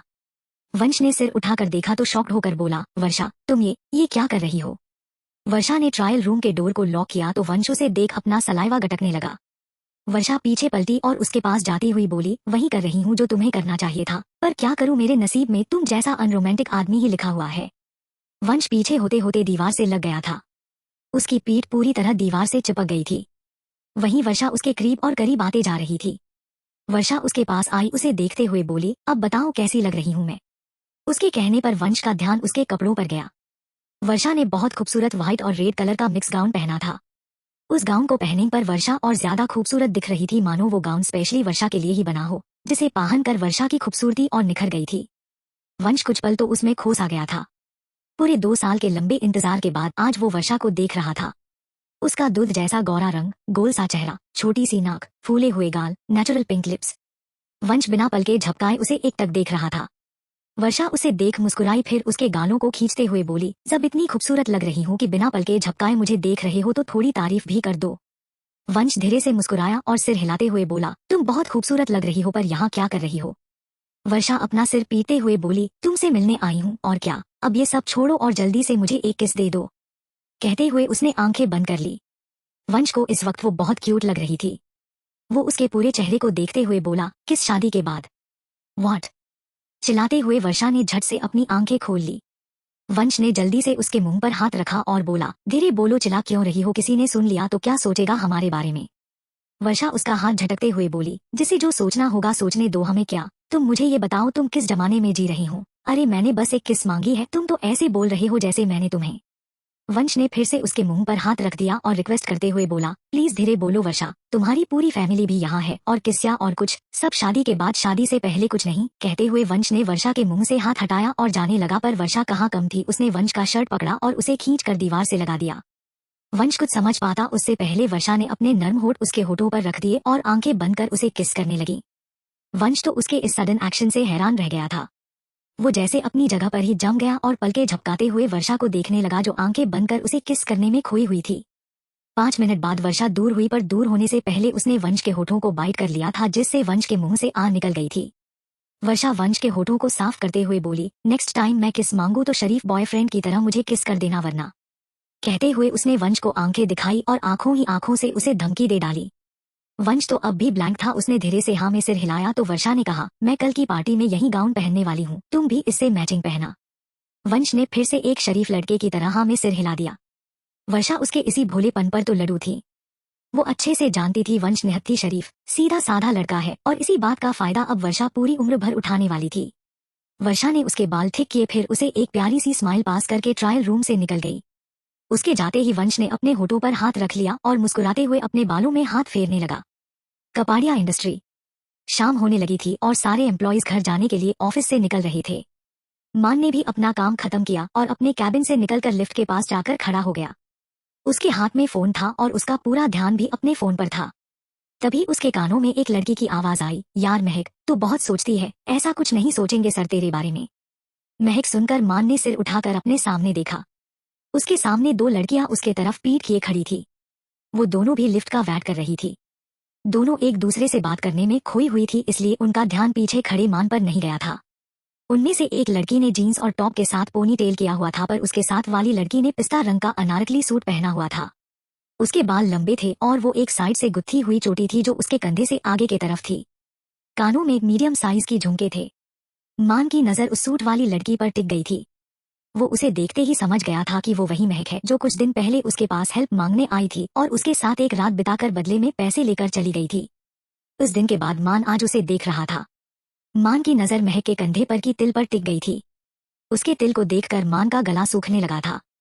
तभी एक बार फिर से उस जीन्स टॉप वाली लड़की ने कहा, देख महक, मैं यहाँ 2 साल से काम कर रही हूँ, मुझे पता है मान सर एक रात के बदले में बहुत पैसे देते हैं। उसके बाद वो कभी उस लड़की को आंख उठाकर भी नहीं देखते। उन्होंने कभी भी किसी लड़की के साथ मिसबिहेव नहीं किया है। जो लड़कियां सामने से उनके पास जाती है वो उनके साथ ही नाइट स्टैंड करते हैं। तो आई ना एक रात बिताकर उनके साथ, तूने देखा ना उन्होंने पैसे दिए थे ना। महक ने हाँ में सिर हिलाया तो वो लड़की आगे बोली, तो प्रॉब्लम क्या है, जब एक बार कर ही लिया है तो दोबारा कर लेना। देख तू खुद को काम कर करके कैसी हो गई है तू। यहाँ ऑफिस में 8 घंटे काम करती है, फिर यहाँ से जाकर लेट नाइट तक उस होटल में वेट्रेस का काम करती है, फिर सुबह जल्दी उठकर टिफिन बॉक्स का काम करती है। बीमार पड़ने लगी है यार तू। एक बार फिर तू उनके साथ कुछ घंटे बिता लेंगी तो तू अंकल के सारे मेडिसिन का खर्चा उठा सकती है। फिर तुझे एक्स्ट्रा वर्क करने की जरूरत नहीं है, वरना इस तरह से ही चलता रहा न तो तू भी अंकल के साथ उसी हॉस्पिटल में एडमिट हो जाएगी। उसके बाद तू क्या करेगी। महक सिर झुकाते हुए बोली, बात सिर्फ कुछ घंटों की नहीं है मिनी। उस रात जाना पड़ा क्योंकि मुझे अर्जेंट में पैसे चाहिए थे, पर इसका ये मतलब तो नहीं न कि मुझे जब भी पैसों की जरूरत पड़े मैं मान सर के पास चली जाऊँ। पता नहीं वो क्या सोचेंगे मेरे बारे में, और उन्हें साइड भी कर दो। पापा का क्या, मैं अपनी नजरों में गिर चुकी हूँ, अब मुझे पापा के नजरों में नहीं गिरना। उन्हें पता चलेगा तब पता नहीं वो कैसे रिएक्ट करेंगे। मान महक के आवाज में उदासी साफ महसूस कर सकता था। तभी लिफ्ट का डोर खुला तो मिनी और महक उसके अंदर जाने लगी, पर मान उन्हें रोकते हुए बोला, मिस महक। महक ने आवाज सुनकर ही पहचान लिया था कि उसे मान ने आवाज लगाई है। उसने कसकर अपनी आंखें बंद कर ली और मन ही मन प्रे करने लगी कि प्लीज मान ने उसकी और मिनी की बातें सुनी न हो, पर मान ने उनकी सारी बातें सुन ली थी। मिनी ने पीछे पलटकर मान को देखा तो वो जल्दी से सिर हिलाते हुए रिस्पेक्ट से बोली, हेलो सर। मान ने सिर हिलाया और कहा, तुम जाओ, मुझे महक से बात करनी है। महक ने जैसे ही सुना कि मान को उससे बात करनी है, उसने जल्दी से आंखें खोलकर मान को देखा जो उसे ही देख रहा था। महक फिर से मिनी को देखकर नमे सिर हिलाने लगी। वो मान के सामने बहुत अनकंफर्टेबल फील कर रही थी। मिनी ने उसे देख बेचारा सा मुंह बनाया, फिर लिफ्ट से बाहर निकलकर सीढ़ियों से चली गई। उसके जाने के मान महक के पास जाने लगा। उसे अपने पास आता देख महक पीछे होने लगी थी। उसकी पकड़ अपने साइड बैग पर कसती जा रही थी। उसने शर्म और घबराहट के वजह से अपना सिर झुका रखा था। मान और वो दोनों लिफ्ट के साइड के दीवार के पास थे। महक तो दीवार से चिपक गई थी और मान उसके बिल्कुल करीब आकर खड़ा हो गया था। C827 मान और महक कपाड़िया इंडस्ट्री। मान महक के बिल्कुल करीब खड़ा था। उसकी गर्म सांसें महक को अपने ऊपर महसूस होने लगी थी। मान झुककर उसके चेहरे के सामने अपना चेहरा ले जाकर बोला, सो मिस महक, क्या कह रही थी आप अपने पापा के नजरों में गिरना नहीं चाहती राइट। महक ने सिर उठाकर उसे देखा और हाँ में सिर हिलाया तो मान उसके पूरे चेहरे को देखते हुए बोला, पर इस बारे में आपके पापा को बताएगा कौन। महक उसकी आंखों में देखते हुए डरी डरी की बोली, सच सच होता है सर, आज नहीं तो कल सामने आ ही जाता है। मैं नहीं तो कोई और कभी तो उन्हें बता ही देगा। मान ने मुस्कुराते हुए सिर हिलाया और कहा, कहाँ से सीखती है आप ऐसी बातें। खैर ये बताइए, मेरे साथ आज की रात रुकना चाहेंगी आप। महक आंखें बड़ी कर हैरानी से उसे देखने लगी। उसे यकीन नहीं हुआ कि मान उसे सामने से रुकने को बोल रहा था। उसने जितना सुना था उस हिसाब से तो मान एक लड़की के साथ दोबारा नहीं जाया करता था, तो फिर उसके साथ क्यों। मान उसकी बड़ी बड़ी काजल से सनी आंखों को देख रहा था जो अभी और भी ज्यादा खूबसूरत लग रही थी। मान ने कहा, मैं आपको 20 लाख दूंगा। हाँ, महक ने चौंकते हुए कहा। तो मान ने कहा, 20 कम है तो फिर मैं आपको 50 लाख दूंगा, पर एक बार फिर से मेरे पास आएगी आप। महक पलके झपकाते हुए उसे बेयकीनी से देख रही थी। मान बहुत प्यार से उससे इस तरह की बातें कर रहा था। अगर यही बातें किसी और ने कहा होता तो महक रोने लगती, पर मान की बातें सुनकर वो हैरान परेशान सी हो गई थी। मान ने उसे चुप देखा तो कहा, मीस महक, आप कुछ ज्यादा ही खूबसूरत है, इसलिए मुझे आप एक बार और चाहिए, पर ये लास्ट होगा। इसके बाद न मैं आपको जानता हूँगा और न ही आप मुझे। महक ने अब भी कोई जवाब नहीं दिया था। मान ने उसका हाथ पकड़ा और उसे अपने साथ अपने कैबिन में ले आया।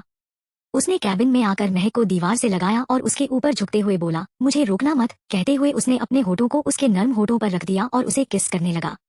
महक की आंखें भी बंद हो गई थी। मान ने उसे किस करते हुए उसके बैग को उसके कंधे से नीचे गिरा दिया, फिर उसे कमर से पकड़कर अपने करीब करते हुए उसके दुपट्टे को भी उसके कांधे से नीचे सरका दिया। 2 घंटे बाद महक केबिन से अटैक रूम में ब्लैंकेट ओढ़े बैठी हुई थी। उसके होठों पर एक छोटी सी मुस्कान थी। मान बहुत प्यार से उसके करीब आया करता था। उसने वॉशरूम के डोर को देखा जिससे पानी अपनी गिरने की आवाज आ रही थी। महक ने आंखें बंद कर ली और उस दिन को याद करने लगी जब वो पहली बार मान से मिली थी और उसके पास गई थी। फ्लैशबैक। मान उसे अपने साथ अपने होटल ले आया था। महक एक कमरे में बैठी अपने हाथों को आपस में रगड़ते हुए घबराए जा रही थी। उसने खुद को शांत करते हुए कहा, महक क्या कर रही है तू, तेरे पास और कोई ऑप्शन नहीं है। तू घबरा कर मान को नाराज नहीं कर सकती। अगर वो नाराज हो गए और चले गए तो तू क्या करेगी, कहाँ से पैसे लाएगी। इसलिए शांत हो जा, तुझे ये करना ही पड़ेगा। कहते हुए वो लंबी सांसें लेते हुए खुद को नॉर्मल करने लगी। थोड़ी देर में वो नॉर्मल भी हो गई थी, पर तभी रूम का दरवाजा खुला और मान अंदर आया। मान को देखकर महक फिर से घबराने लगी थी। उसकी हार्टबीट बहुत तेज हो गई थी। मान ने अपना कोट उतारा और उसे सोफे पर रख दिया। फिर वो अपनी शर्ट के बटन लगाते हुए महक के पास जाने लगा। महक ने अपना सिर झुका रखा था और अपने हाथों को आपस में रगड़ रही थी। मान ने उसके हाथ को देखा तो वो समझ गया कि ये उसका फर्स्ट टाइम है। वो महक के पास खड़ा हो गया और बोला, मिस महक, सिर उठाकर मुझे देखो। महक ने धीरे से सिर उठाया और उसे देखा। मान उसके चेहरे पर घबराहट साफ साफ देख सकता था। वो उसके ऊपर झुकते हुए बोला, इट्स योर फर्स्ट टाइम। महक ने हाँ में सिर हिलाया तो मान उसके बाल को कान के पीछे करते हुए बोला, डोंट वरी, जस्ट रिलैक्स, ज्यादा हर्ट नहीं करूंगा मैं। महक ने धीरे से हाँ में सिर हिलाया तो मान उसके ऊपर झुकते चला गया। महक बेड पर लेट गई थी। मान उसके दुपट्टे को अलग करने लगा तो महक ने उसका हाथ पकड़ लिया और धीरे से बोली, लाइट, प्लीज लाइट ऑफ कर दीजिए। मान ने हाँ में सिर हिलाया और साइड टेबल से रिमोट उठाकर सारी लाइट ऑफ कर बस एक येलो डिम लाइट ऑन कर दिया। उसके बाद उसने एक एक करके महक के सारे कपड़े बेड से नीचे गिरा दिए। महक की सांसें भारी होने लगी थी पर मान का टच उसे बुरा या गंदा नहीं लग रहा था। मान बहुत आराम और प्यार से सब कुछ कर रहा था जिस वजह से महक भी आंखें बंद कर उसमें खोने लगी थी। 3 घंटे बाद मान उसके ऊपर से हटकर बगल में सो गया था। महक तो बहुत पहले ही थकी होने की वजह से सो चुकी थी। अगली सुबह जब उसकी आंखें खुली तो उसने मान को देखा जो अब भी सो रहा था। मान के बाल उसके माथे पर बिखरे हुए थे जिससे वो बहुत क्यूट लग रहा था। मान का एक हाथ उसके कमर पर था। महक कुछ पल उसके चेहरे में खो सी गई थी पर फिर वो अपने सेंस में आई और मान के हाथ को अपने कमर से हटाने लगी। उसके हाथ पकड़ने से मान की भी आंखें खुल गई थी। उसने महक को देखा और उठकर बैठ गया। महक उसे देख एक कोने में दुबक कर बैठ गई थी। उसे बहुत शर्म आ रही थी। मान ने एक नजर उसे देखा और कहा, जाओ जाकर फ्रेश होकर आओ। महक ने हाँ में सिर हिलाया और ब्लैंकेट से खुद को कवर कर वॉशरूम में चली गई। जब वो वापस आई तब टेबल पर उसके कपड़े और एक 10 लाख का चेक रखा हुआ उसे मिला। उसने पूरे कमरे में देखा पर मान कहीं नहीं था और रूम भी क्लीन हो चुका था। चेक देखकर महक की आंखें भर आई थी। मान का प्यार से उसके करीब आना उसे दूसरी ही दुनिया की सैर कराने लगा था पर चेक देखकर वो हकीकत में लौट आई थी। उसने जैसे तैसे खुद को संभाला और अपने कपड़े पहनकर चेक लेकर वहां से चली गई। Flash back and. वॉशरूम का डोर खुला और मान अपने कमर पर एक व्हाइट टॉवल लपेटकर रूम में आया। महक ने उसे देखा तो एक बार फिर से उसकी आंखें मान के हॉट बॉडी पर टिक गई और वो घूर घूर कर मान को देखने लगी। तभी मान मिरर के सामने खड़ा होकर अपने बाल टॉवल से सुखाते हुए बोला, मुझे देखना हो गया हो तो जाकर फ्रेश हो जाओ मिस महक। मान की आवाज सुन महक अपने सेंस में लौटी और जल्दी से अपनी नजरें उससे हटाकर सिर झुका लिया।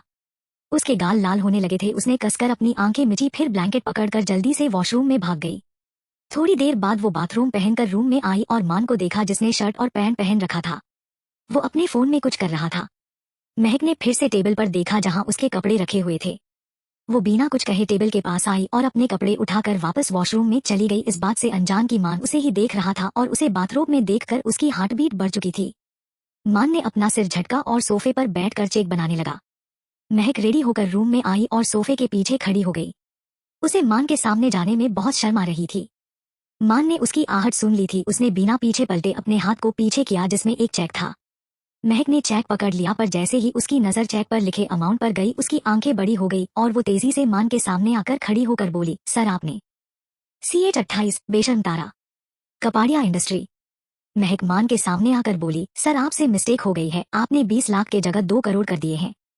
मान की नजर महक पर ही थी। वो उसे देखते हुए बोला, मिस्टेक नहीं हुई है मिस महक, मैंने 2 करोड़ का ही चेक बनाया है। इनके पैसों में आपकी जिंदगी अच्छे से गुजर जाएगी। आपको अब और कोई एक्स्ट्रा जॉब करने की जरूरत नहीं पड़ेगी और न ही किसी और मर्द के पास जाना पड़ेगा। मान की आखिरी लाइन सुनकर महक सिर उठाकर उसे देखने लगी। महक की आंखें नम हो गई थी। क्या मान उसे ऐसी लड़की समझ रहा था कि वो पैसों के लिए दोबारा किसी और मर्द के पास जाएगी? उसने न में सिर हिलाते हुए कहा, सर मैं किसी और के पास जाती ही नहीं। मैं क्यों? मैं कहते हुए उसका गला भराया। मान ने उससे अपनी नजरें फेरी और टेबल से अपना फोन उठाते हुए बोला, पैसों की जरूरत कभी भी पड़ सकती है इंसान को। तुमने मुझे दोनों बार पूरा सर्टिफाई किया है और तो और अपना फर्स्ट टाइम भी मुझे दिया, बस ये उसकी ही कीमत है। अब जाओ, तुम्हें जाना चाहिए। महक उसे कुछ पल देखा फिर वहां से निकल गई। मान उसे तब तक देखता रहा जब तक कि वो उसके कमरे से बाहर नहीं चली गई। तारा का विला। छोले भटूरे, मुझे छोले भटूरे खाने थे। न अनान, तुमने ये सब क्यों बनाया? कहते हुए तारा घुर कर अहान को देख रही थी। अहान ने उसे समझाते हुए कहा, स्टार छोले बनाने के लिए चने को कुछ घंटे पहले ही पानी में भिगो कर रखना पड़ता है। मैंने अभी पानी में चने डाल दिए हैं, कल सुबह बना दूंगा। तारा ने मुंह बनाकर उसे देखा फिर रॉय को देखने लगी जो फोन में घुसा हुआ था। तारा ने उसे देखते हुए कहा, अंकल आप फोन में क्यों घुसे हुए हो? ऐसा भी क्या है इसमें, कहीं कोई लड़की तो नहीं मिल गई आपको? कहते हुए वो अपनी आईब्रो नचाने लगी। रॉय उसकी बात पर झट से फोन साइड में रखते हुए बोला, अरे नहीं लिटिल डेविल, क्या आप भी कोई लड़की क्या ही मिलेगी मुझे, मैंने किसी डेटिंग ऐप पर अपना अकाउंट बनाया ही नहीं है।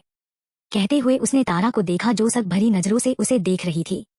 रॉय अपना थूक निगलते हुए मन में बोला, कहीं लिटिल डेविल को मुझ पर शक तो नहीं हो गया, और हाँ तो फिर मैं तो गया। इन्हें पता चला कि कल मैं डेट पर जा रहा हूँ तो पक्का बहुत मजाक बनाएगी मेरा, और सबको कॉल कॉल कर करके बताएगी वो अलग।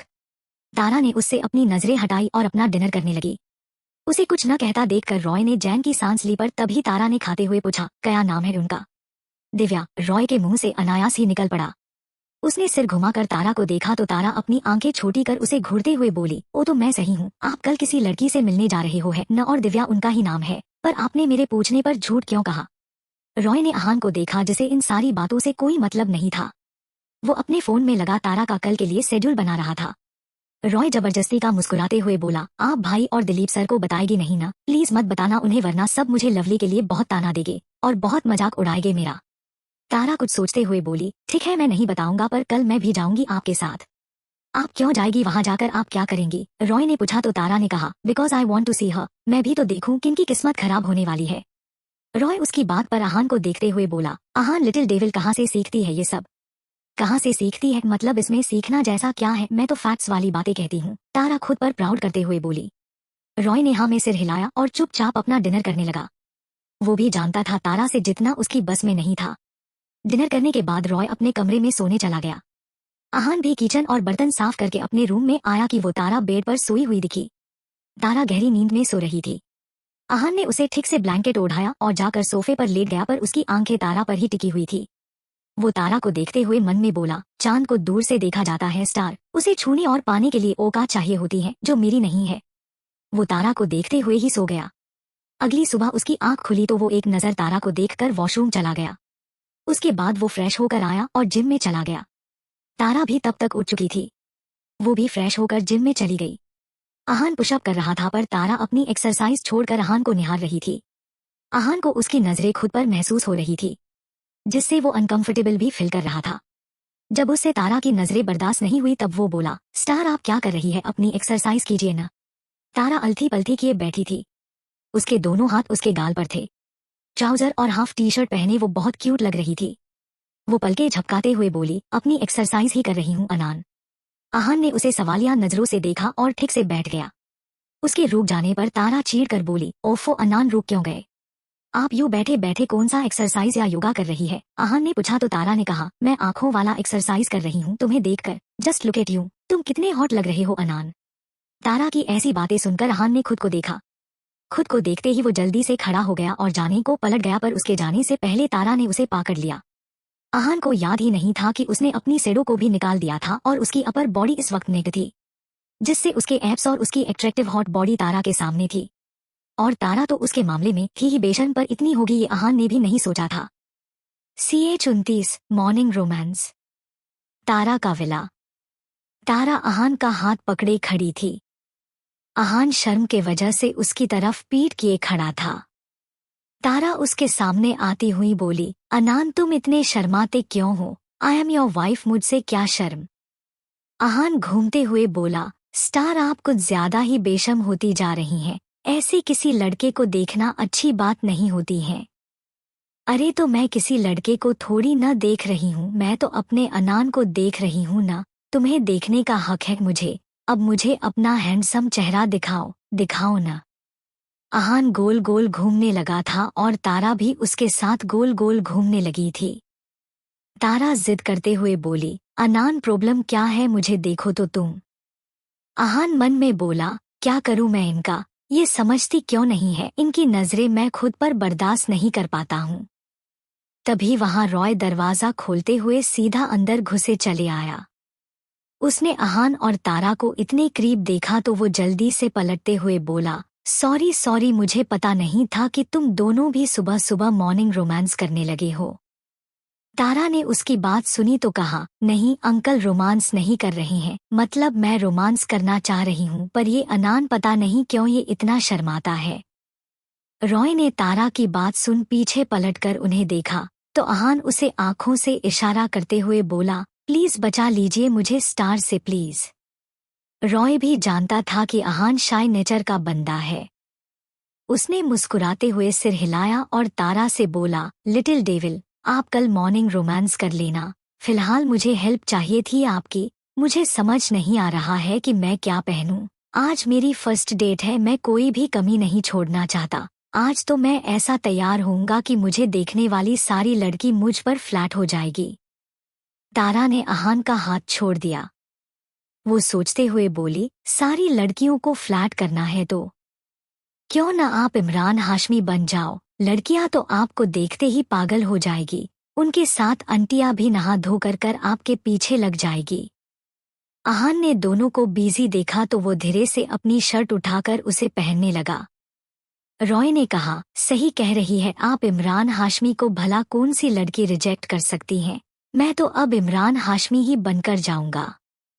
तो चलिए मैं आपको रेडी करती हूँ, तारा ने कहा तो रॉय ने हाँ में सिर हिलाया और जल्दी से वहां से निकल गया। उसके जाने के बाद तारा ने अपने कदम पीछे लिए और जल्दी से अहान के कंधों पर हाथ रखकर अपनी एड़ी उठाकर उसके होठों पर चूम कर बोली, गुड मॉर्निंग। मॉर्निंग रोमांस करने से सारा दिन अच्छा गुजरता है, इसलिए कल से मना मत करना, ओके। कहते हुए उसने अहान के गाल पिंच किए। अहान पलके झपकाते हुए उसे देख रहा था। तारा ने अपनी बात कही और रॉय के कमरे में चली गई। उसके जाने के बाद हमेशा की तरह अहान ने अपने होठों पर हाथ रख लिया। करीब 1 घंटे बाद तारा ने रॉय को ऑल दी बेस्ट कहा और उसे उसकी डेट पर भेजकर जल्दी से किचन में भागते हुए गई। उसने अहान को देखा जो छोले बना रहा था। तारा उसे देखते हुए बोली, अनान ये कब तक बनेगा, मुझे भूख लगी है। अहान ने कहा, आप फ्रेश होकर आइए, तब तक मैं टेबल पर खाना लगा दूंगा। तारा ने ओके कहा और जल्दी से ऊपर भाग गई। रॉय की डेट सुबह 9 बजे एक रेस्टोरेंट में थी। वो अपनी पहली डेट में लेट नहीं होना चाहता था, इसलिए वक्त से पहले ही रेडी होकर चला गया था। अहान नहाकर छोले भटूरे बना रहा था। वो जानता था तारा को टाइम पर खाने की आदत है। उसे खाने और सोने से बहुत प्यार था। इन 2 चीजों में उसे लेट होना बिल्कुल पसंद नहीं था। अहान ने भटूरे तले और उसे प्लेट में परोसकर डाइनिंग टेबल पर रखकर तारा का वेट करने लगा। तभी उसे डोर बेल की आवाज सुनाई दी। उसने जाकर डोर ओपन किया तो अपने सामने खड़े लोगों को देखकर बोला, जी आप लोग तो। राम ने कहा, हम लोग कल मॉल में मिले थे, याद आया कुछ? कल मिस तारा ने वाइन की बोतल खरीदी थी और अहान सिर हिलाते हुए बोला, हाँ याद है मुझे, पर आप सब यहाँ। देवांश ने कहा, मैं देवांश राजपूत, हमें तारा से मिलना है। अहान देवांश को देखा। उसे याद आया कि तारा ने एक दिन पहले राजपूत इंडस्ट्री और कपाड़िया इंडस्ट्री के साथ डील साइन की थी। उसने सिर हिलाया और सबको अंदर आने को कहा। देवांश और राम के साथ नीरज और रोशन भी आए थे। चारों आकर सोफे पर बैठे ही थे कि तारा सीढ़ियां से नीचे आते हुए दिखी। तारा ने उन सबको देखा नहीं था। उसने डेनिम शॉर्ट और उसके ऊपर क्रीम कलर की लूज टी शर्ट, जिसकी बाजू एक शोल्डर के नीचे लटकी हुई थी, पहन रखा था। उसके बाल अब भी हल्के गिले थे, उसने ठीक से कंघी भी नहीं किया था, पर वो बहुत खूबसूरत लग रही थी। तारा अहान को आवाज लगाते हुए सीढ़ियों से नीचे उतर रही थी। अनान, मैं अब रेडी हूँ, अब लाओ मेरे छोले भटूरे, मुझे छोले भटूरे खाना है। कहाँ है मेरे छोले भटूरे? राम उसके वर्ड ठीक करते हुए बोले, छोले भटूरे नहीं मिस तारा, छोले भटूरे होते हैं। राम की आवाज सुनकर तारा ने सिर उठाकर राम को देखा। उसे देखते ही उसके होठों पर की मुस्कान गायब हो गई और वो आंखें छोटी कर राम को घूरते हुए बोली, आप मेरे घर में क्या कर रहे हो? राम कुछ बोलने को हुए कि तारा उनके सामने खड़ी होकर बोली, वैट कहीं, आप मेरा पीछा तो नहीं कर रहे थे? सीएट 30 तारा सेव देवांश। तारा का विला। तारा आंखें छोटी कर राम को घूर रही थी। उसके दोनों हाथ उसके कमर पर थे, जिससे वो बिल्कुल किसी गुस्से से मुंह फुलाए छोटी बच्ची की तरह क्यूट लग रहा थी। राम भी उसे ही घूर रहे थे। वो भी किसी बच्चे से कम नहीं थे। वो बोले, मैं क्यों पीछा करूंगा आपका मिस तारा? क्यों नहीं कर सकते क्या? तारा ने कहा तो राम ने कहा, मतलब कर सकता हूँ मैं आपका पीछा, पर मैं क्यों? देखा मैंने तो कहा ही आपसे, आपने मेरा पीछा किया। चलिए अब बताइए आपने क्यों मेरा पीछा किया? तारा ने हाथ बांधते हुए कहा। राम फिर से निशब्द हो गए थे। उन्होंने सिर घुमाकर देवांश को देखा और फिर से आंखों से इशारा करते हुए उनसे मदद मांगने लगे। अहान की नजरें तारा के कपड़ों पर थी। उसे नीरज और रोशन के सामने तारा का शॉर्ट्स पहनना पसंद नहीं आ रहा था। उसने तारा का हाथ पकड़ा और धीरे से उसके कान में बोला, स्टार आप जाकर चेंज करके आइए। तारा मुंह बनाकर उसे देखने लगी। वो बोली, क्यों मैं क्यों जाऊं, इसमें क्या प्रॉब्लम है? उसकी आवाज सुन सब उन्हें देखने लगे। आहान ने एक नजर सबको देखा, फिर तारा से धीरे से बोला, प्लीज स्टार मेरी बात मान लीजिए और थोड़े बड़े कपड़े पहनकर आइए। तारा ने पलके झपकाते हुए मासूमियत भरी नजरों से देखने लगी। उसका बिल्कुल मन नहीं था कपड़े चेंज करने का, पर उसके अनान ने कहा था जिसे उसे मानना ही था। उसने आहान को नाराजगी से देखा, फिर जल्दी से ऊपर भाग गई। नीरज और रोशन दोनों को गौर से देख रहे थे। उन्हें आहान का तारा का हाथ पकड़ना पसंद नहीं आया था। थोड़ी देर बाद तारा एक लूज लॉन्ग टी शर्ट और लोअर पहनकर वापस आई और आहान के सामने खड़ी होकर उसे दिखाते हुए बोली, ये ठीक है ना, देखो थोड़े नहीं बहुत बड़े हैं ये। आहान ने लाचारी से अपनी आंख बंद कर ली थी, अब वो इस पर तारा से क्या ही बोलता। वही तारा की बात सुन देवांश और राम के होठों पर मुस्कान आ गई थी। नीरज और रोशन भी मुस्कुराने से खुद को रोक नहीं पाए थे। तारा मासूमियत की एक्स्ट्रा मटेरियल थी, जिसमें मासूमियत और क्यूटनेस कूट कूट कर भरी हुई थी, पर ये तो उसकी एक साइड थी, अभी तो उसकी दूसरी साइको वाली साइड से चारों अनजान थे। आहान ने सिर हिलाया तो तारा जाकर सोफे पर अलथी पलथी करके बैठ गई। उसने अपने लैप पर एक पिल्लो रखा और अपने हाथ उस पर रखकर अपना चेहरा उन हाथों में टिकाते हुए बोली, हाँ तो अब बताइए आप सब यहाँ क्यों आए हैं? आहान झुककर उसे समझाते हुए उसके कान में कहा, घर आए मेहमान से ऐसे बात नहीं करते स्टार। तारा उसे देखते हुए बोली, ऐसे कैसे बात नहीं करते अनान, और मैं बात कहाँ कर रही हूँ, मैं तो पूछ रही हूँ कि ये लोग ऐसे बिना कॉल मैसेज किए डायरेक्ट क्यों आ गए हैं? राम उसकी बात सुन देवांश के कान में बोले, ये तो इनडायरेक्टली हमारी बेइज्जती कर रही है। देवांश ने उसे चुप रहने का इशारा किया तो राम चुप हो गए। आहान ने बात संभालते हुए कहा, मैं कॉफी लेकर आता हूँ। वो जाने को हुआ कि तारा ने कहा, कॉफी खत्म हो गई। आहान उसकी बात पर याद करते हुए बोला, खत्म हो गई पर मैंने कल ही तो खरीदी थी। तारा सिर हिलाते हुए बोली, हाँ खरीदी थी पर मैं सारी पी गई, इसलिए खत्म हो गई। तारा की बातें सुनकर सारे लोग समझ गए कि वो उन्हें कॉफी पिलाने के मूड में बिल्कुल नहीं है। इनफैक्ट उसे तो उनका वहां होना भी अच्छा नहीं लग रहा था, और था भी ऐसा ही। तारा को अपने छोले भटूरे खाने थे, पर इन सब के आने के वजह से वो खा नहीं पा रही थी। देवांश को तारा बहुत प्यारी और शैतान सी बच्ची लग रही थी। उन्हें तारा की बातों का बुरा नहीं लग रहा था। वो तारा से प्यार से बोले, हम यहाँ आपको इनवाइट करने आए हैं मिस तारा। उन्होंने नीरज को इशारा किया तो नीरज ने एक कार्ड तारा की तरफ बढ़ाते हुए कहा, आज बाबा सा की मैरिज एनिवर्सरी है, इसी खुशी में हमारे बंगलों में पार्टी रखी गई है। उसकी बात कंटिन्यू करते हुए देवांश ने कहा, अगर आप आएगी तो हमें अच्छा लगेगा। तारा ने नीरज के हाथ से कार्ड लिया और खोलकर उसे पढ़ने लगी। कार्ड पढ़ने के बाद वो मुस्कुराते बोली, कांग्रेस मिस्टर राजपूत। देवांश ने मुस्कुराते हुए सिर हिलाया और खड़ा होते हुए बोले, हम आपका इंतजार करेंगे मिस तारा। तारा ने आहान को देखा तो आहान ने पलके झपका दी। उसकी यहाँ देखकर तारा मुस्कुराते हुए बोली, हम जरूर आएंगे मिस्टर राजपूत। देवांश ने सिर हिलाया और एक नजर आहान को देखकर जाने लगे। आहान और तारा भी उनके साथ उनकी कार तक आए थे। देवांश जैसे ही कार में बैठने को हुए कि तारा की नजर उनके सीने पर आ रही रेड लाइट पर पड़ी। उस रेड लाइट को देखकर वो समझ गई कि कोई देवांश पर निशाना साधे बैठे हैं और किसी भी वक्त उन पर गोली चला सकता है। वो बिना किसी की परवाह किए जल्दी से आगे आई और देवांश के हाथ को पकड़कर अपनी तरफ खींचा। उसके खींचते ही उनके पीछे रखे गमले पर एक गोली आकर लगी। गोली की आवाज नहीं आई थी, पर गमले को चकनाचूर देखकर सब समझ गए थे। सबने अपनी अपनी गन निकाली और देवांश और तारा को देखा। तारा ने देवांश को बचा लिया था, पर अचानक खींचने के वजह से दोनों नीचे गिर गए थे और तारा के एक हाथ में चोट लग गई थी, जिससे खून बहने लगा था। आहान ने जैसे ही तारा के हाथ से बहते खून को देखा, वो जल्दी से उसके पास गया और उसे उठाकर बैठाते हुए कहा, स्टार आप ठीक है? तारा ने हाँ में सिर हिलाया और आसपास देखा। तारा के गार्ड्स ने उन्हें कवर कर लिया था और कुछ गार्ड गोली चलाने वाले आदमी के पीछे चले गए थे।